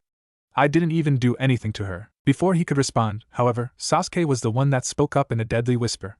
The feeling of a parent yelling at you isn't even remotely comparable to what the Dobe feels. Sakura gulped before nervously responding. What are you saying, Sasuke-kun? I was siding with you. Sasuke just shot her an icy glare. You're annoying, Sakura. With those words, he turned to Naruto. Come on, Dobe. We don't have time for you to mope around all day. We need to get those bells. I'll trust your decision about teaming up. Let's go. Naruto looked up at Sasuke, a moment of understanding between them. Let's do it. Unfortunately, no sooner had the words left his mouth, when the bell rang in the distance. The three genin found themselves near the logs that Kakashi had pointed out earlier. Naruto and Sasuke sat on the sides while Sakura was tied to the middle log. Kakashi just gazed at them lazily. Well, I'm disappointed. You guys failed to get a bell, though Sasuke and Naruto did at least agree to work together. Might have been a fluke though. Let's find out. The three genin gazed at the older man waiting for his verdict as he stared them down. Well, it looks like none of you need to go back to the academy, at least. Kakashi said, smiling a little at them. Naruto and Sakura immediately let out a cheer while Sasuke smirked. I love being a jonin sensei, Kakashi thought before he proceeded to crush their spirits. Instead, you should all be removed from the shinobi program. Instantly, the happy looks on the genin's faces turned to shock and anger. What? Came Sakura's screech. Why? Kakashi sent her a cold glare. Because none of you really saw the true purpose of the test till the end. Sasuke and Naruto stumbled across it, but even that wasn't understanding. Think for a moment. Have you ever heard of a genin squad with a jonin and two genin? Have you heard of any three-man squads besides the Sannin? Naruto and Sasuke just stared blankly while Sakura let out a feeble mumble. This was a test about teamwork. Naruto and Sasuke turned to the tied-up girl and then looked back to their sensei, who nodded. Yes. And none of you did much. Naruto, you just charged me head-on, not considering that you were vastly outmatched till after I beat you down. Sasuke, you thought yourself better than everyone and believed that you could take on a jonin alone. Sakura, you didn't even fight me at all. You just insulted your teammates, chased after Sasuke, ignoring Naruto, who was available for you to help this whole time, and passed out a lot. Pathetic. All of you. You don't deserve to be ninja. Sasuke immediately charged the jonin, angrily pulling a kunai from his holster, only to find himself pinned to the ground with the same kunai at his neck in an instant. See, this is exactly what I'm talking about. Ninja have tough decisions to make. For example, Naruto kills Sakura. Naruto stared at Kakashi, bewildered. What? Kakashi scoffed, letting Sasuke up. That's the kind of thing a ninja has to prepare for. Kakashi turned to the Black Rock Memorial sitting behind him. This rock has the names of some of the most heroic people in Konoha. Naruto began cheering. Really? Really? I'm gonna get on that stone, Kakashi sighed. They're all Kia Naruto. They were killed during missions. Naruto's face fell. My best friend is on that stone. My other teammate is too. So is my sensei. Lots of people are on here. Remember this, ninja who break the rules are trash. But ninja who abandon their teammates are below trash. Naruto absorbed the words, while making it internally. That's gonna be my new motto. Teammates are the best. Anyway, Kakashi said, turning back to the genin. I suppose I'll at least give you a second chance since two of you tried to team up. He tossed 2 bento boxes to the boys. You two are allowed to eat. Don't give Sakura any or you all fail. With those words, Kakashi's shun shined away. As the boys started eating, Sakura's stomach growled loudly. Naruto turned to look up at her before turning to Sasuke. Team. Is sensei nearby? Sasuke looked at Naruto and sighed. He'd expected this. No. Here, Sakura. Eat. With those words, he offered his food to Sakura. I can't eat that, Sakura said. My hands are tied anyway. Sasuke stared at her, then turned to Naruto, who held up his hands. With a sigh, he turned to Sakura. I'll feed you. We need you at full strength. Naruto, keep watch, Naruto groaned. Don't order me around. Suddenly, there was a huge tornado out of which Kakashi popped out, causing Sasuke to flinch frantically, dropping the almost empty bento, and Naruto to scream and throw a kunai at the tornado. Kakashi simply grabbed the kunai before angrily yelling. I thought I told you not to feed Sakura. You all pass. With that, Kakashi smiled at the genin. I told you to be about teammates. I'm so proud. Flashback. Shut up, Baka. Didn't you hear what Sasuke-kun said? He doesn't need help from some no-name loser like you. You're just a class clown and a dead-last moron. It's probably because you don't have parents to tell you right from wrong anyway. You don't even have to have annoying parents to yell at you. Isn't that right, Sasuke-kun? And flashback. Naruto sighed again, sitting in his dark room. He hadn't slept at all with the memories of the previous day replayed in his head. Most of the day wasn't too bad, only reinforcing what the third Hokage had told him previously. He was incredibly weak for a ninja and incredibly stupid as well. The knowledge as a result didn't bother him. He was a little bothered that he couldn't even touch Kakashi despite all the work he put in. He couldn't even get the Jonin to stop reading his stupid book. Though either could the Rookie of the Year. I guess that's what being a Jonin is about. Someday, I'll have to be stronger. I can't do that if I stay the same. I'll have to get better faster. I wish there was a way to make up for all that lost time in the academy. Still, that wasn't the worst thing from the day before. Sakura's harsh words stuck to Naruto. The words were unnecessarily harsh for the moment, and had made Naruto seriously rethink his crush on the pinkette. Besides, it was probably time to focus on becoming a real shinobi instead of girls anyway. At least, Team and I had a moment of sorta understanding. With that final thought, Naruto stood and moved to his kitchen as the sun broke across the horizon, sending mild orange light spilling over Konoha. He reached into his cupboard, reaching for a cup of ramen. Unfortunately for him, though, there was no food in the cupboard. That's weird. I was sure there were at least 1 or 2 cups left in here. Naruto mumbled to himself. That would be correct. Came a voice from behind him, prompting an embarrassingly girl shriek from the orange-clad genin. Kakashi sat at the small table in Naruto's kitchen, reading his orange book again. How's it going, Naruto? Good morning. Naruto stared at his new sensei while trying to calm his breathing. What are you doing here, sensei? I thought we weren't meeting till later today. Kakashi closed his book with a light snap and then placed 4 paper bags on Naruto's table. Well, like I told you, as long as I'm your sensei, I'm monitoring your diet to make you a better ninja. So, I threw out all of your ramen, the 2 cups you had. Instead, I took your money and got you groceries. I will be doing this from now onward. Your mission pay will go primarily to food and the rest you'll get. Naruto sighed. Fine. Is this food for me now? Kakashi nodded. Do you know anything about cooking, Naruto? No. I can make instant ramen, but that's kind of it. Kakashi stood and moved to place a pan on the stove that Naruto had. I assumed so. So, I figured I could at least show you 1 or 2 simple things and start you toward cooking on your own. You can keep this pan and the spatula. With those words, Kakashi reached into a paper bag and removed a dozen eggs. You'll want to keep these cold, Naruto. They spoil fairly quickly. This should last you for a week provided you use it only for breakfast or brunch. With those words, Kakashi set about showing Naruto how to use butter and 2 of the eggs to make scrambled eggs. After the food was done, Kakashi had Naruto sit at a table with him with the eggs and 2 pieces of toast and some bacon. As they sat and began to eat, Kakashi spoke. For lunches, I'll usually provide lunch during training so you won't have to worry about that. Dinner, well, we'll work on making dinner later. I'll see if I can find you a cookbook for you to help with that too. Naruto tentatively scooped a spoonful of scrambled eggs into his mouth and nodded. This isn't that bad, sensei. With that he began eating more quickly. Kakashi chuckled. Good. I thought you'd enjoy it. Now you know how to make some for yourself too. Now let's talk some training. What do you think you need to work on? Naruto looked up at the Jonin. I think I need to work on my overall skill, honestly. I think compared to Sasuke and Sakura, I'm pretty dumb. I'm lacking in a lot of the academy concepts, and I'm pretty weak. I also pretty much only know 3 jutsu: Shadow Clone, Transformation, and Kawarimi. Kakashi nodded, pondering the words of his new student. All very true. Your taijutsu needs polish. Your genjutsu, from what Iruka told me, is non-existent. You have potential in ninjutsu, but your chakra control needs work as well. From what I saw during the test, you have potential for tactics as well. We'll work on that. Tell me, what are you most interested in learning? Is there something you want to specialize in? Naruto nodded.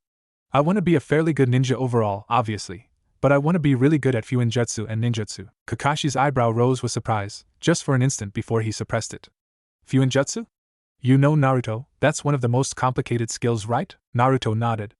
Hokage Aji-san told me. But all the previous Hokage were great at it, and I heard you're decent too. It sounds like a good thing to understand. Kakashi nodded. I agree. First, though, you need to catch up to the rest of the team. How do you think that might be best done? Naruto pondered the question for a little while, as Kakashi sat patiently. He nibbled on his toast, which was also surprisingly good before looking at Kakashi. I guess the best way would be for me to take extra time to relearn all the things I studied at the academy. Kakashi nodded again at the response. That's right. But how will you relearn 4 or more years' worth of information in a short time? Naruto frowned. I have no idea, sensei. What do you recommend? Again, Naruto caught Kakashi by surprise. He hadn't been expecting a question. He was expecting Naruto to rant about how much he'd worked to catch up. Pleasantly surprised, Kakashi decided perhaps Naruto should know the truth behind the Shadow Clone Jutsu. Tell me, Naruto, do you know what the Shadow Clone Jutsu was originally designed for? No. I have no idea. It's not to make lots of you and fight? Kakashi chuckled. I don't think most people can make as many clones as you, Naruto. Even I can barely make 5. You just have a lot of chakra.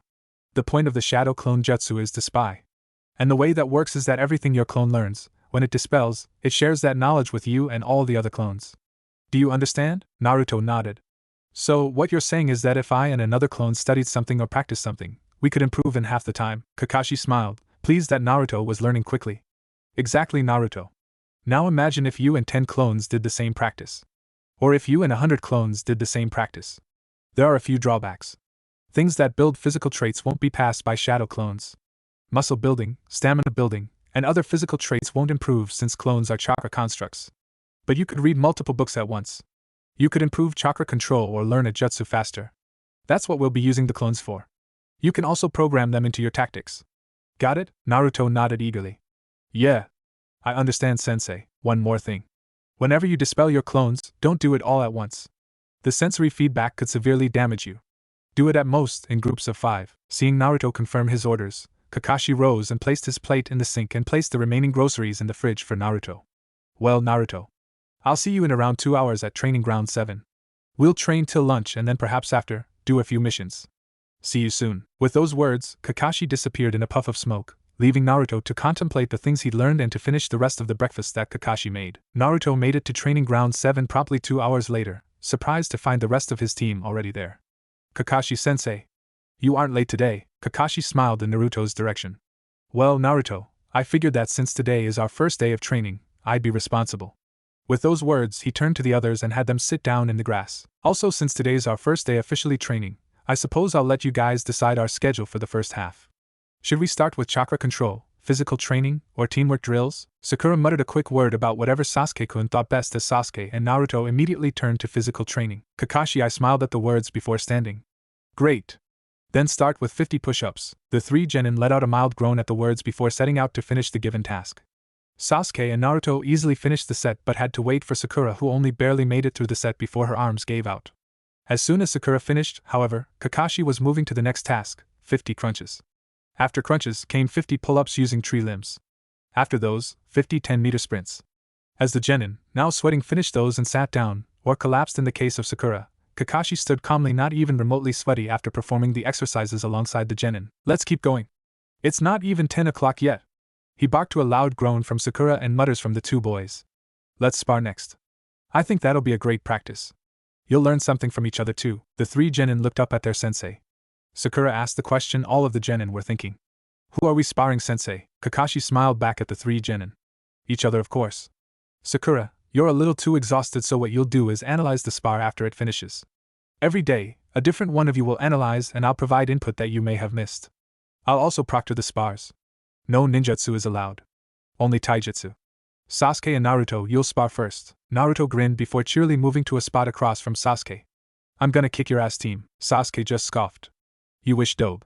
There's a reason why I'm the rookie of the year, and you're the dead last. Ignoring the banter, which reminded him oddly of his own genin days, Kakashi stepped forward and signaled for the boys to start. As soon as Naruto saw the signal, He charged at Sasuke, throwing a clumsy right-handed punch that the Uchiha simply bat out of his way with his own right hand before stepping in and smashing his left fist into Naruto's face, sending him stumbling back.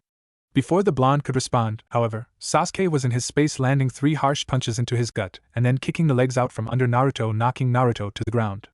Before he could do much else, Naruto found himself pinned by Sasuke's knee, the Uchiha's right fist centimeters from his face. Break. Sasuke wins?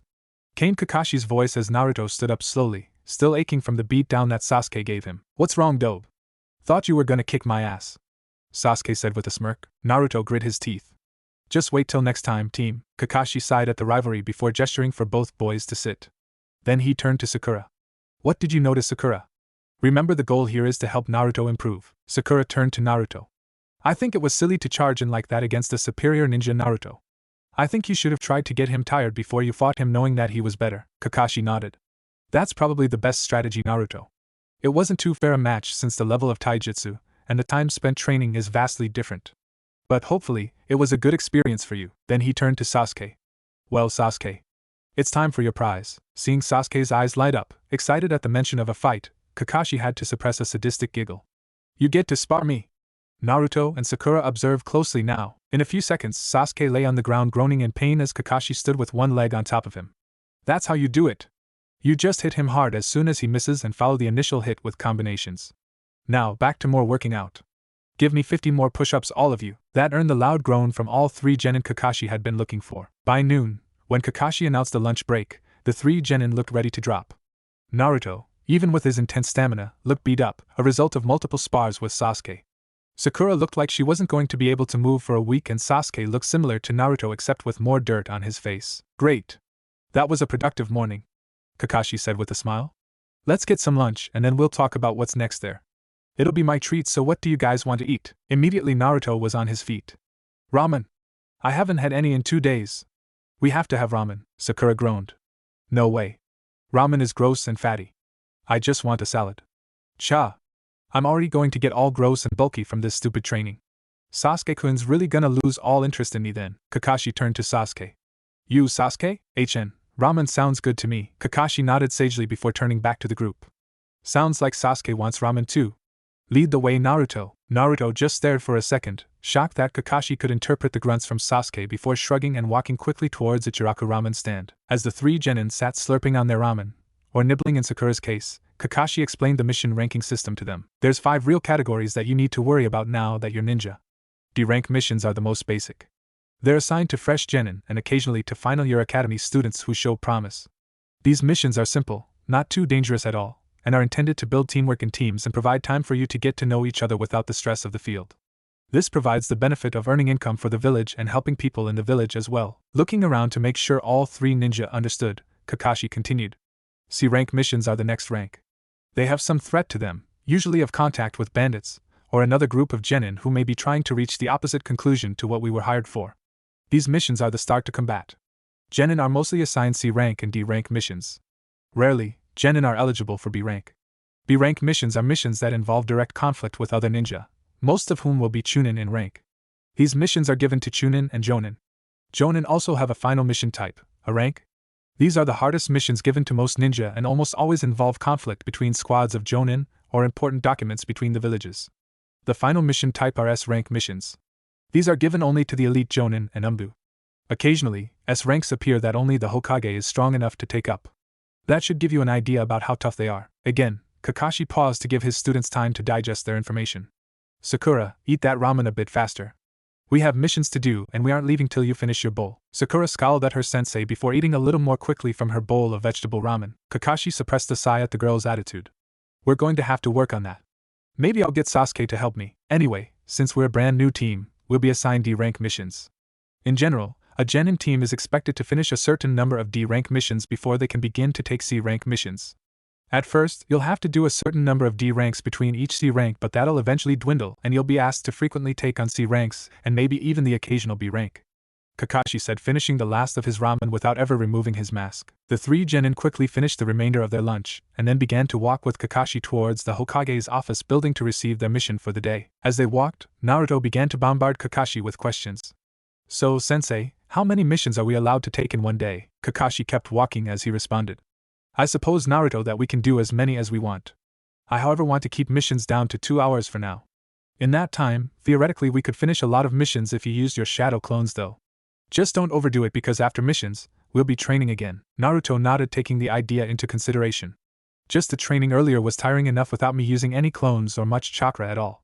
I'll probably conserve most of my chakra. So, how many missions would we have to do before our first C-rank mission? Kakashi ran a hand through his hair. 20 is the usual number for ninja. Assuming we do a mission a day, it'll take about a month. We probably will not do a mission a day. We'll probably take a few days off from them to train harder or engage in drills with other teams. Naruto nodded as the team walked into the office where the missions were given away. As he walked in, he greeted the old Hokage enthusiastically. Hey, old man. What's up? As he did, Iruka angrily yelled from beside the Hokage. Naruto. He's the Hokage. Show some respect. Sakura also smacked him on the head roughly, knocking him to the ground. Geez, Naruto. You can't just call the Hokage an old man. Naruto groaned as Kakashi sighed and Sasuke continued to brood quietly. He hadn't gotten any of his quota for the day. With that, the team got their first mission, weeding a garden. Really? Naruto said as he pulled weeds from the older lady's yard. That's part of being a genin, Naruto. We all had to do it. Kakashi said from the tree branch he was reclining on reading his orange book. Naruto rolled his eyes. They continued to work in the yard, which turned out to take most of the 2 hours that Kakashi planned for, since Naruto didn't want to use the shadow clone jutsu in case he would need the extra chakra for the training after. After the mission was complete and the team finished reporting to the Hokage and receiving their meager pay for the job, 5,000 yen. With that, the team made its way back to training ground 7, as the team relaxed with cold bottles of water as Kakashi explained the next phase of their training. So, now I think we should all work on individual things. So, you guys tell me what you want to work on. Kakashi said to the 3 genin. What do you mean, sensei?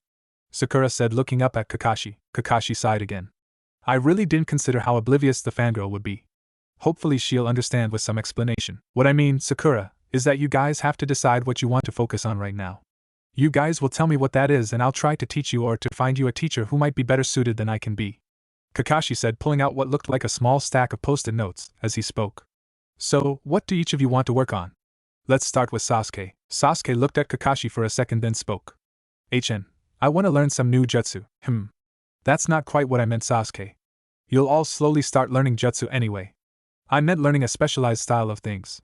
There's quite a few things along those lines that you can probably work on to distinguish you from other ninja till you unlock your Sharingan, at least. Sasuke looked up, considering for a moment before speaking again. The Sharingan is really good for genjutsu, right? Kakashi nodded. Yeah. The Uchiha were really good at it. I guess I'll do that. Kakashi smiled at Sasuke. Great. I'm pretty skilled at that one, and once you advance I know someone who can teach you a lot more than I can too. With that he turned to Naruto. So, Naruto? What about you? I know we talked about this earlier, but I want you to choose something else besides the thing you told me about earlier. Naruto nodded. At some point I'm going to get you to teach me how you translate the team's grunts. I think the other thing I want to work on right now is taijutsu. Like you said, mine is pretty bad and I don't really have a style, and I don't like the academy style we're taught. Kakashi nodded at that. I'm decent at taijutsu, but I know someone better for teaching you. Our styles wouldn't meld. Sakura? Sakura thought for a moment before smiling at Kakashi. My academy grade said genjutsu would be best for me too. So why not that? I get to get closer to Sasuke-kun now. I'll show him how good I am at this, and then he'll fall in love with me. Kakashi sighed. Damn. I didn't think she'd want to just copy Sasuke. Time to come up with a good excuse. Well, Sakura, that would narrow the ability scale of the team. If we have 2 talented genjutsu users and we face a better genjutsu user, we'd be outdone too quickly. So, let's build some more balance. Try something else. Sakura's face fell as she pondered again. I guess I'll choose medical jutsu so that we have someone to heal the team. Kakashi frowned. I suppose that's a good choice. I'll try to find someone who can teach you that better than I can, but I know a few things about that too. Kakashi then passed each of the genin a piece of the paper that he'd removed before. What's this, sensei? Sakura asked. Is sensei crazy? First he keeps me from getting close to Sasuke-kun, and now he's handing us post-it notes. That, Sakura, is an elemental affinity paper. It's to help determine what element of jutsu would be best suited to you. He held up a piece of paper of his own and began channeling chakra to it. Watch what happens as I channel chakra to it. The paper crumpled immediately. This indicates a lightning affinity. Let's see what you guys get. Sakura, you start. Sakura began channeling chakra into her paper, and it immediately turned to dust. What does that mean, sensei? You have an earth affinity, Sakura. Well done. That's a great defensive style which will fit your medical ninjutsu well. You made a good choice with the speciality you wanted. I'm a badass. Now to win Sasuke-kun's heart. Great sensei. I'm glad to hear that. Sakura said, giggling as she thought about all the things she and Sasuke would do after she impressed him. Kakashi moved forward to Naruto. You next. Naruto didn't immediately start. Can we have more than one affinity? Is that a thing? Kakashi nodded. Yes. In fact, even after a dominant affinity shows, you can build a second and third one. Some shinobi build even more. For example, Hokage-sama has the ability to use all 5 naturally. In fact, most jonin are required to have at least 2 affinities. Naruto nodded and began channeling chakra into the paper. As he moved his hands away, the paper showed to have shredded into many little scraps. That affinity is wind. Kakashi spoke up. It's the most offensive of the 5 basic elements, and is great for close-range combat, and further ranges as well. It's also great for combination jutsu with other shinobi. Naruto grinned and Kakashi turned to Sasuke, who was already channeling chakra into his paper. Unlike the other 2 ninja, Sasuke's paper first crumpled then burned into ashes. Kakashi smiled. Well, it seems one of us has 2 affinities. Sasuke smirked at his teammates, especially Naruto, who looked rather jealous. Kakashi ignored the clear rivalry. You have fire and lightning. Fire is common for Uchiha, and so is lightning, so that'll work great. I'm well versed in both. He took a sip from his drink before continuing his lecture. Now, each of the elements has a strength and weakness. Starting with earth. Earth is strong against water style but is weak to lightning. Lightning is strong against earth but weak against wind. At this, Naruto shot Sasuke a triumphant smile, and the other boy scowled. Wind is weak against fire and strong against lightning. Here Sasuke smirked at a dejected Naruto. Fire is weak against water and strong against wind. Water is weak against earth and strong against fire. It's straightforward. The 3 genin nodded their understanding. Now then, let's get training. I'll explain what each of you is to do and then monitor your progress. Let's start. Kakashi had the 3 move about 100 feet of each other, and then stood in the middle. Then he began to call out orders. Sakura. Medical ninjutsu requires great stamina to perform. So, start by doing 20 laps around the training ground. Sakura groaned before taking off at a moderate pace. As she did, Kakashi moved to Naruto. He reached into his pouch and removed paper, a brush, and some ink. Here, Naruto. Fuinjutsu requires perfect handwriting. So, I want you to work on your handwriting. Here's a template of things I want you to start copying. Naruto groaned at his own work before sitting down with it. It's like the academy all over again. Kakashi chuckled before turning to Sasuke. You're going to be placed in genjutsu over and over till we stop training. Your job is to get out of it. Ready or not? Here I come. Sasuke saw Kakashi fly through some hand seals and then promptly passed out. By the time that Kakashi called a break to the training, the 3 genin all looked like they'd been attacked. Naruto was holding his aching wrist, which had cramped from the immense writing that he was unadjusted to.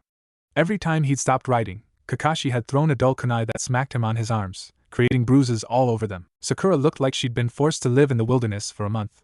Every time she slowed down, Kakashi had a shadow clone chase her, smacking the backs of her legs with a thin, whip-like reed. The worst, however, was Sasuke, who had clearly struggled to undo whatever genjutsu had been placed on him. He sat on the ground, curled into a fetal position, whimpering. It was such an unexpected sight that Naruto and Sakura both avoided asking about the content of the genjutsu. Kakashi smiled at his students. Wasn't that fun, guys? He said excitedly, earning a loud groan from all 3 students. We'll do this pretty much every day from now on. I'll introduce other things slowly, but for the first 2 weeks, we'll follow this schedule. Now head home, get some food and rest. Don't forget to eat properly, because if you're missing calories, you won't be able to handle the training. The next few weeks passed in the same way for the young genin of Team 7, rigorous training followed by missions which were followed by more intense training. The 3 found themselves exhausted each day, but their improvement was immense under Kakashi's tutelage. Sasuke had opened up a little more, grunting less, but still grunting often, and speaking to his teammates. He continued to improve at sparring, often winning the matches that were held and as a result having to spar Kakashi. His respect for his teammates also grew, after Sakura suddenly kneed him the face during a sparring match, sending him toppling, and after Naruto had forced him to submission once. He did vow never to let them do anything that embarrassing again, though. Besides this, he'd finally learned to resist the genjutsu placed on him by Kakashi and started learning slight sense-altering genjutsu from the scarecrow-like ninja. Kakashi also had him learn more fire-style jutsu to develop his affinity to the fire style. Sakura had also developed into a more able ninja. Kakashi's stern physical demands and the better diet meant that she developed more muscle, which let her endure the training for longer periods. Of course, as she improved, so did Kakashi's demands. Besides her stamina and physicality, Sakura also learned basic medical procedure for healing small cuts and scratches from Kakashi. She also learned 2 new Earth-style jutsu to make her a well-rounded individual. One of them was Earth-style, Earth Wall, which allowed her to create a quick 8-foot wall of rock that was reinforced. The other was Earth-style, Flying Thrown Rocks, which fires a series of rocks from the ground at whomever the user chose. Best of all, Kakashi had managed to slowly beat the fangirl out of Sakura and impress on her the importance of training by reminding her occasionally that Sasuke would prefer a strong kunoichi. The girl was still a huge fangirl and still a screeching banshee at times, but her demeanor changed and she did treat Naruto slightly better as well. Naruto had perhaps the most definite improvements. After Kakashi told Naruto about the shadow clone technique, Naruto quickly began using them to catch up to the others. He found that he could always spare enough chakra for 2 clones before training and still make it through Kakashi's training without collapsing. This let him quickly build up his taijutsu to a passable level, allowing him to no longer lose to Sakura consistently in sparring and to even occasionally beat Sasuke. Naruto's mind also sharpened immensely as he had the 2 clones read as much as possible, and on the rare off days Kakashi gave, to make 50 or so clones read as well. Unlike the other 2 ninja, however, Naruto was stuck attempting to cut leaves with wind chakra because Kakashi refused to teach Naruto any jutsu till he had passable control with the chakra to make sure the jutsu didn't backfire onto him or one of his teammates. Luckily, Naruto understood the importance of the training and worked to cut the leaves with diligence, already managing to place a rough cut into half of a leaf. His ability in Fuinjutsu had sped along as well. With the help of the book that the Hokage gave him and the teaching of Kakashi, Naruto could now write neatly, and thus was beginning to make his own seals, although he could only really manage basic explosive tags and silencing seals for the time. The team had also been trained in tree walking as Kakashi felt that the sooner he could develop chakra control in his students, the more he could teach them in the long run. He also instructed them in basic teamwork drills and maneuvers to have them begin to gain experience working together. Often, he'd have the 3 of them use these maneuvers to fight himself, and occasionally have each ninja develop a plan of action to improve their tactics. Naruto showed the most potential in this field, leading Kakashi to understand why his pranks worked so well during his academy days. The team had also begun to complete D-rank missions at an alarming rate. The first 2 weeks, the team had taken on only 1 mission per day, but as time passed Naruto began to employ small teams of clones to start helping, and the team was finishing 3 or 4 missions. This is Ramen. I'm in position. Duck but in position. I vote that we never let Ramen choose the codenames again. This is Flower in position. I agree. Ramen, I can't believe you gave him that codename. You'll have to get used to it. The mission leader often gives out the codenames. This is Scarecrow. Do you confirm that's the target? Yeah. I see the red ribbon on the ear. Ramen confirms too. Same here for Flower. Okay team. Move in. Naruto and Sasuke jumped out from the bushes to confront their target, who quickly changed directions and ran only to bump into Sakura.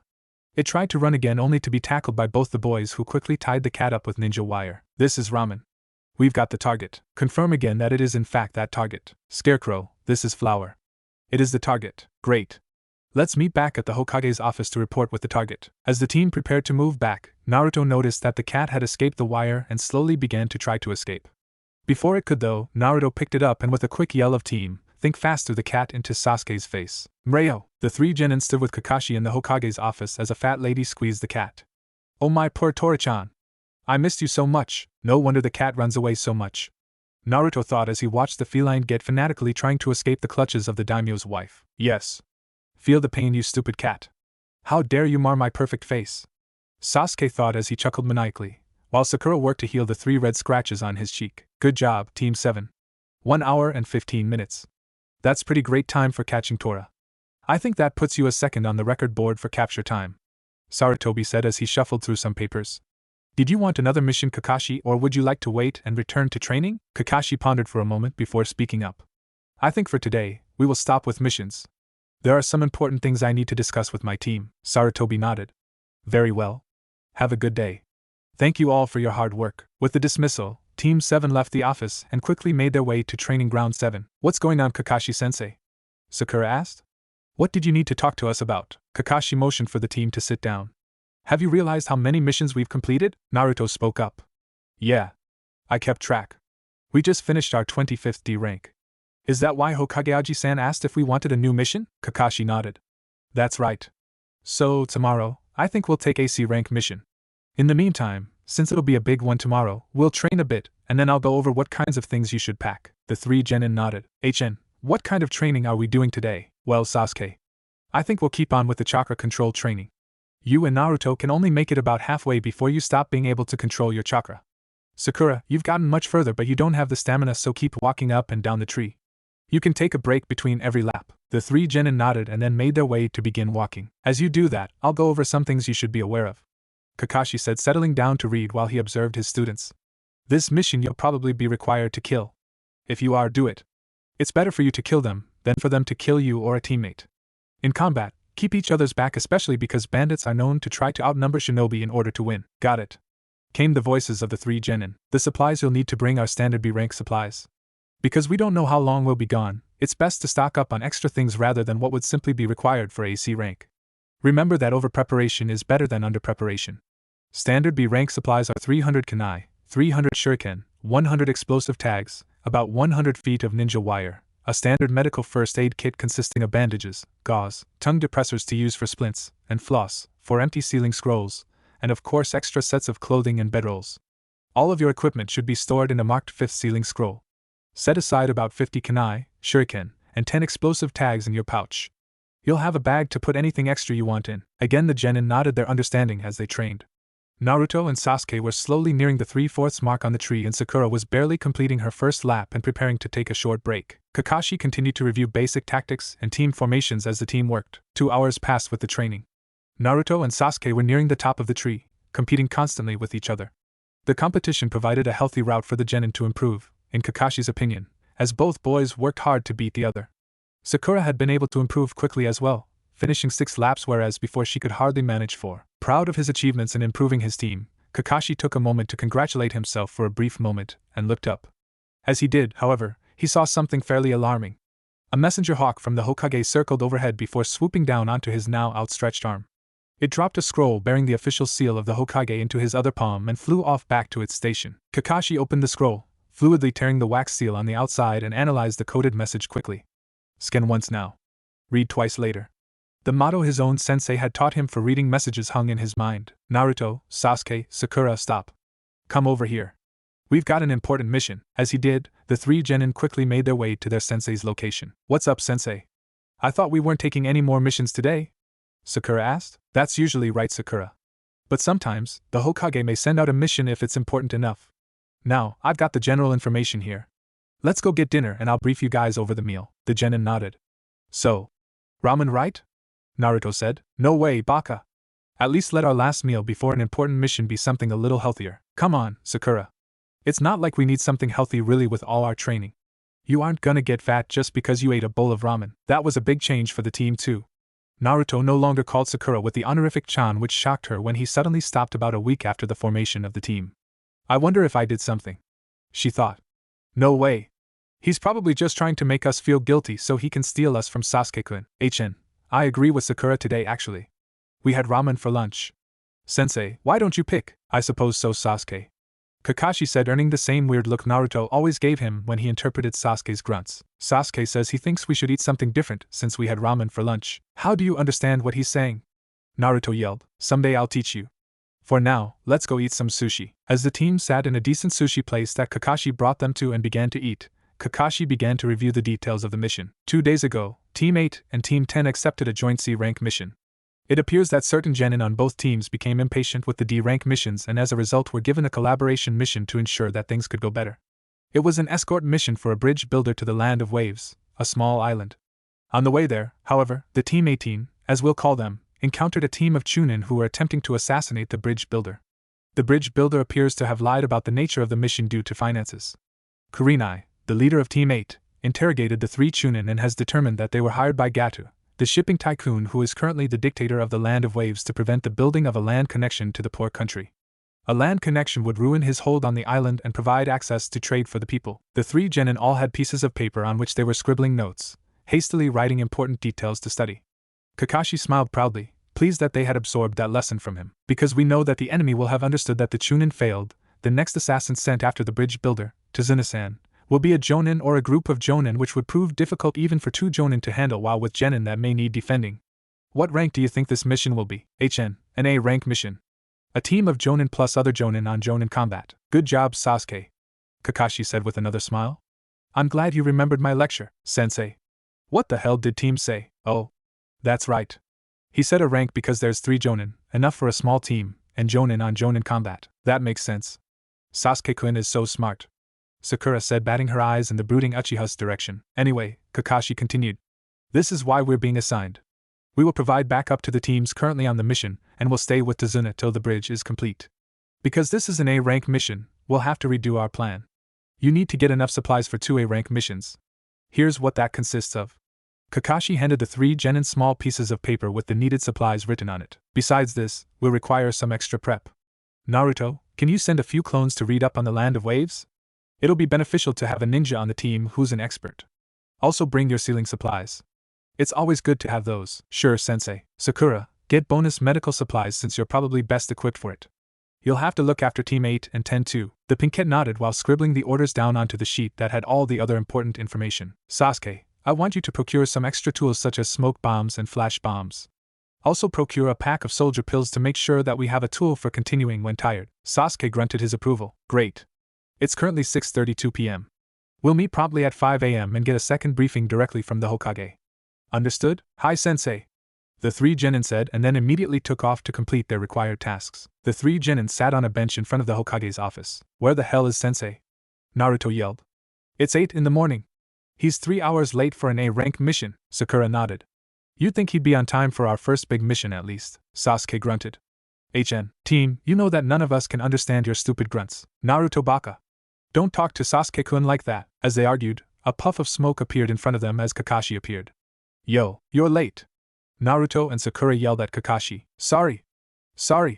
I was leaving my house when a black cat crossed my path, and so I had to take the long way around when an old lady was trying to cross the street, so I helped her cross the street before she turned out to be a spy from another village, so I had an epic fight to the death, and then had to finish taking the long way here. Liar!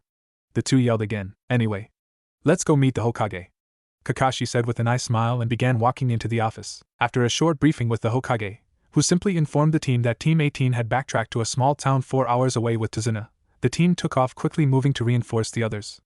Kakashi had the team run without using chakra to enhance their movements because the drain would prevent the team from fighting effectively if any enemies showed up suddenly. The team didn't face much trouble at all and easily made their way to the town where Team 18 was stationed. Sensei, how do we know where the others are stationed? Aji-san didn't tell us. Naruto muttered to Kakashi. I suppose you didn't notice, but Kurenai and Asuma left subtle signs around about where they are. They're in that hotel there. Room 22, which is located on the 2nd floor, is where Tazuna is with the genin. Kurenai and Asuma are currently walking around town picking up extra information. Let's head to the room. With that, the genin quietly made their way into the hotel, a small quiet building that was made largely out of wood. It was pleasant if nothing else, with a small lobby with a fireplace, hot springs available to customers, and decent enough rooms. Kakashi approached the desk and purchased 2 rooms. One for himself and the 2 boys and another for Sakura and potentially the other girls. After that, he took the team to room 22 and knocked on the door, rhythmically tapping 4 times, then 3, then 5, then 1. There was some shuffling inside, a happy voice that Sakura recognized as Ino's that exclaimed, and the door flew open. Inside, the 6 genin and Tazuna sat waiting. Kiba yelled happily. Woohoo! It's a reunion! At the same time, Ino tackled Sasuke, yelling, Sasuke-kun! Did you miss me? Naruto turned quickly to talk to Kakashi only to find a log with a note in its place. Naruto, I've gone to find Asuma and Kurenai and gather information with them. I'm placing you in charge of the genin till we get back. Pick out your lieutenants and get some more defensive positioning set up. Privately with Sasuke and Sakura, start coming up with emergency scenarios. I'm leaving it to you. Naruto's sweat dropped at the note, then looked back up at the mess in front of him. Why did Sensei leave me in charge? Lazy bastard. Naruto looked back up at the loud genin in front of him. Kiba was loudly bragging to Sasuke about his improvements, while the other boy stood uncomfortably as Sakura tried to pry a yelling Ino off him. Choji and Shikamaru sat quietly munching on chips, and Shino was trying to quiet Kiba. Hinata shyly hid behind Shino. An old man sat behind the group, drinking from a bottle of wine. Damn. I wish Iruka-sensei taught me his big head jutsu. I'll have to ask him about it next time. Oi! Shut up! Naruto yelled at the genin in front of him. What are you stupid assholes doing? We're on a fucking mission, not a class reunion. You're just throwing up a huge fucking sign to the enemy about where we are, and none of you have your guard up, so that stupid old bridge builder is gonna get assassinated right under our noses. The genin quieted down for a moment before Kiba and Ino started again. Shut up dead last. Who put you in charge? Yeah. Seriously, as if you get to give us orders, Naruto baka. If anything, Sasuke-kun should be in charge. Naruto groaned and then held up his note. Kakashi-sensei put me in charge. We're acting as a platoon. Since the sensei aren't around, someone had to be designated in charge, and I was chosen. I get to pick 2 people who'll be second to me till the sensei place another group in charge. I choose Sasuke and Sakura obviously, since I can trust them to do what's needed. Kiba spoke up again. That's dumb. Why would a jonin put you in charge? You're a dead last loser. Naruto rolled his eyes. Fine. Don't follow orders. When the jonin get back, I'll report that you didn't, and we can watch you get put back in the academy. Kiba paled and quietly stepped back. Yeah. That's what I thought. Now let's get some better defenses set up. Team 10, you guys guard the window. Team 8, you guys are sensors, so keep your senses up for anyone who isn't one of the Jonin sensei within a 30-foot radius of us. We'll keep by the door. Sasuke, Sakura, I need to talk to you. After the rough opening, the genin organized themselves in the places as Naruto ordered and much more quietly picked up in conversation. Ino ranted in a whisper to Shikamaru and Choji. How dare that stupid dead last talk to us like that? I bet the sensei didn't even put him in charge. He's stupid arrogant, and he separated me from Sasuke-kun too. Four had already had too much time with him. Troublesome. Came the reply from the pineapple-haired shinobi. Just let it go, Ino. It doesn't matter, and he made a good point. Yeah. Munchika's right, Ino. It's not much a big deal. The big-boned, Akamichi said. Kiba was similarly ranting to his teammates. I can't believe the moron is in charge. Shino pushed his glasses closer to his nose. Perhaps you will have other chances to show your prowess then, Kiba. Yeah, KK Kiba-kun. I'm sure you'll get another chance soon. Hinata said, staring at Naruto. Though, it is really good to see Naruto-kun again. I hope he didn't fall more in love with Sakura. 2 hours passed in similar fashion. After making an emergency escape plan with Sasuke, Naruto spent the rest of his time talking to Tazuna, absorbing any information that the old man would give him. He found the bridge builder annoying, since the man seemed to have no faith in the genin, but he was at least informative. From the information, Naruto understood the poor condition, economically and morale-wise, of the place they were going to. He understood the purpose of this mission more now. That would help with his own determination for success. The genin tensed slowly as the door opened, but most of them relaxed when the 3 jonin walked in. Naruto, Sasuke, and Sakura stayed tense. Identify yourself. Naruto said, drawing a kunai. Naruto Baka. Can't you see that there are sensei? Ino asked angrily. Ino. How do you know that when the transformation jutsu exists? Sasuke asked suddenly. Ino tried to stutter a response while Naruto pressed again. Identify yourself, or we will respond as if you were an enemy. Kakashi held up his hands. I'm Kakashi Hatake with Kurenai Yehi and Asuma Saratobi. I'm the sensei of Team 7, and I happen to know that the last time you ate at Ichiraku's ramen, you ate 13 bowls of ramen exactly, which cost me 10,400 yen. Naruto nodded. Who is my hero that you know pretty well? Kakashi smiled. That would be my father. Naruto nodded again and relaxed as the other genin in the room looked at him with surprise. Welcome back, sensei. Hi, Asuma-sensei and Kurenai-sensei. The jonin standing behind Naruto greeted him, while Kakashi stepped forward and looked around. Good job with organizing and with questions, guys. Especially you, Naruto. Naruto grinned and rubbed the back of his head. It was nothing, sensei. What's the plan now? Asuma spoke up gruffly. Now we move out. We couldn't get much information about who hired the demon brothers other than Gatu. We don't know who they'll send next. So, we need to prepare to deal with a jonin or multiple ones. Kurenai produced a map quickly. We'll move across the ocean from the next town. It's about an hour out. That's the first point where there might be an ambush. After we cross, there's a small lake. Assuming that the next ninja will also be a missing nin from the Mist Village, that's the next spot. We'll have to be extra careful there. Tazuna gruffly looked around. Well, I suppose you brats will have to be on guard from now on. You'd better not let me die. With those words, he walked out the door, followed quickly by the jonin and the genin, who mumbled angrily at the bridge builder. Surprisingly, for Naruto and Team 7, the trip across the ocean was fairly straightforward. The 3 teams crossed in 3 separate boats. One boat had the real Tazuna and the other 2 carried clones of Naruto transformed to look like Tazuna. As they finished crossing under the bridge and made it to land, the teams began moving towards Tazuna's house, dispelling the clones to save some chakra as needed. My house isn't too far now, Tazuna said quietly and soberly, the first time Naruto had seen the old man without alcohol. It's only about another half-hour walk to the lake and another 15 minutes from there to my house. Kakashi and the other jonin nodded, keeping their senses high as they approached the lake. Naruto and the other genin also remained alert, intent on not messing up their first major mission by having the client killed in front of them. As the lake came into sight, Naruto picked up on some sounds from the bushes nearby. Reacting on instinct, he threw a kunai into the bush. What the hell, dead last? Kiba yelled. Don't try to show off. Ignoring the yell, Naruto checked the bushes to find a white bunny that the kunai had barely missed. Look at that, Naruto Baka. You scared a poor rabbit. Stop trying to be like Sasuke-kun, Ino said, rolling her eyes. Naruto sheepishly scratched the back of his head. I thought I felt some killing intent. As he did, Kakashi carefully examined the rabbit. Wait a second. It's springtime. There's no white rabbits in the spring. Kawarimi no jutsu. He quickly looked at Kurenai and Asuma and saw they'd reached the same conclusion. As they did, he heard a whooshing noise coming from behind him. Get down! Kakashi yelled as he tackled the 2 closest people to him, Tazuna and Shino. Asuma grabbed Shikamaru and Choji and shoved them to the ground as Kurenai did the same with Hinata and Kiba. Sasuke grabbed Sakura, not trusting her slower reflexes, and pulled her down as he dropped. Ino was tackled by Naruto, moments before a large sword flew spinning over their heads before impaling itself into a tree. As the ninja looked up, they saw a tall man standing on the handle of the sword. The man had short black hair, and his mouth was covered by bandages. He wore no shirt but had weirdly camo arm warmers and leg warmers. His headband was tied at an angle, and wore the mark of the village hidden in the mist. The band had a scratch on the plate marking the ninja as a missing nin. Zabuza Momochi, the demon of the hidden mist, what a surprise to see you here. Kakashi spoke up. Naruto noticed that all three jonin had tensed visibly. This guy must be something serious for all three sensei to be tense about the fight. So, you've heard about me? The ninja standing in the tree said. I've heard of you too. Kakashi Hatake, the man feared as Kakashi of the Sharingan. When I was in the Mist Country, our bingo books had kill on sight and flee on sight orders for you. And the man behind you, Asuma Sarutobi, with the same orders. How terrifying. I don't recognize the girl though. Sasuke froze in shock and turned to look at Kakashi. Kakashi of the Sharingan? What? We shouldn't play around too long, so I'll get serious right away. Kakashi said as he raised his headband, revealing a red eye with 3 spinning tomo. The Sharingan already? I'm honored. Zabuza said, laughing. He does have the Sharingan. How? Where did he get it from? PSSD, Sasuke. Naruto's voice interrupted the brooding. What's the Sharingan? Sasuke turned to Naruto and began in a quiet voice. It's the Kekkei Genkai of the Uchiha clan. It's a dijutsu that allows the user to copy jutsu and to predict the opponent's movements.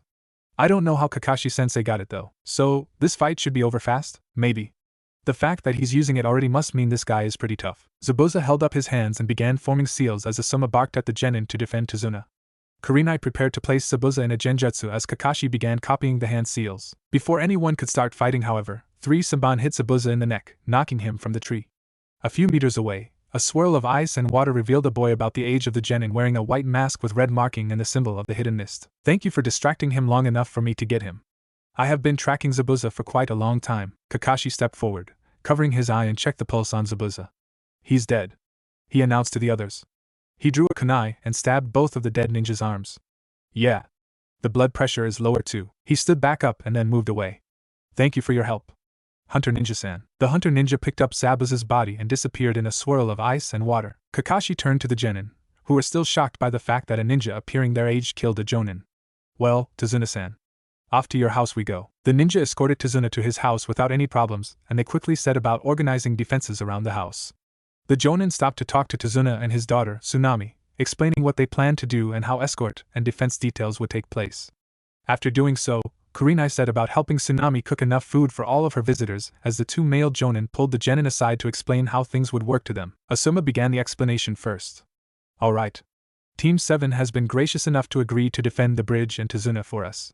We, Team 8 and Team 10, will be defending the home and training. Then genin nodded. What about at night? Shino asked, looking at the 2 jonin. It would only be logical for the shinobi to attack at night. Why? Because it would be prudent to assume that most people would be asleep. Why? Because it is only logical that we would be tired after training. That will be left to my team. We've got a way to make sure that we can all rest without worrying too much about any nighttime ambush.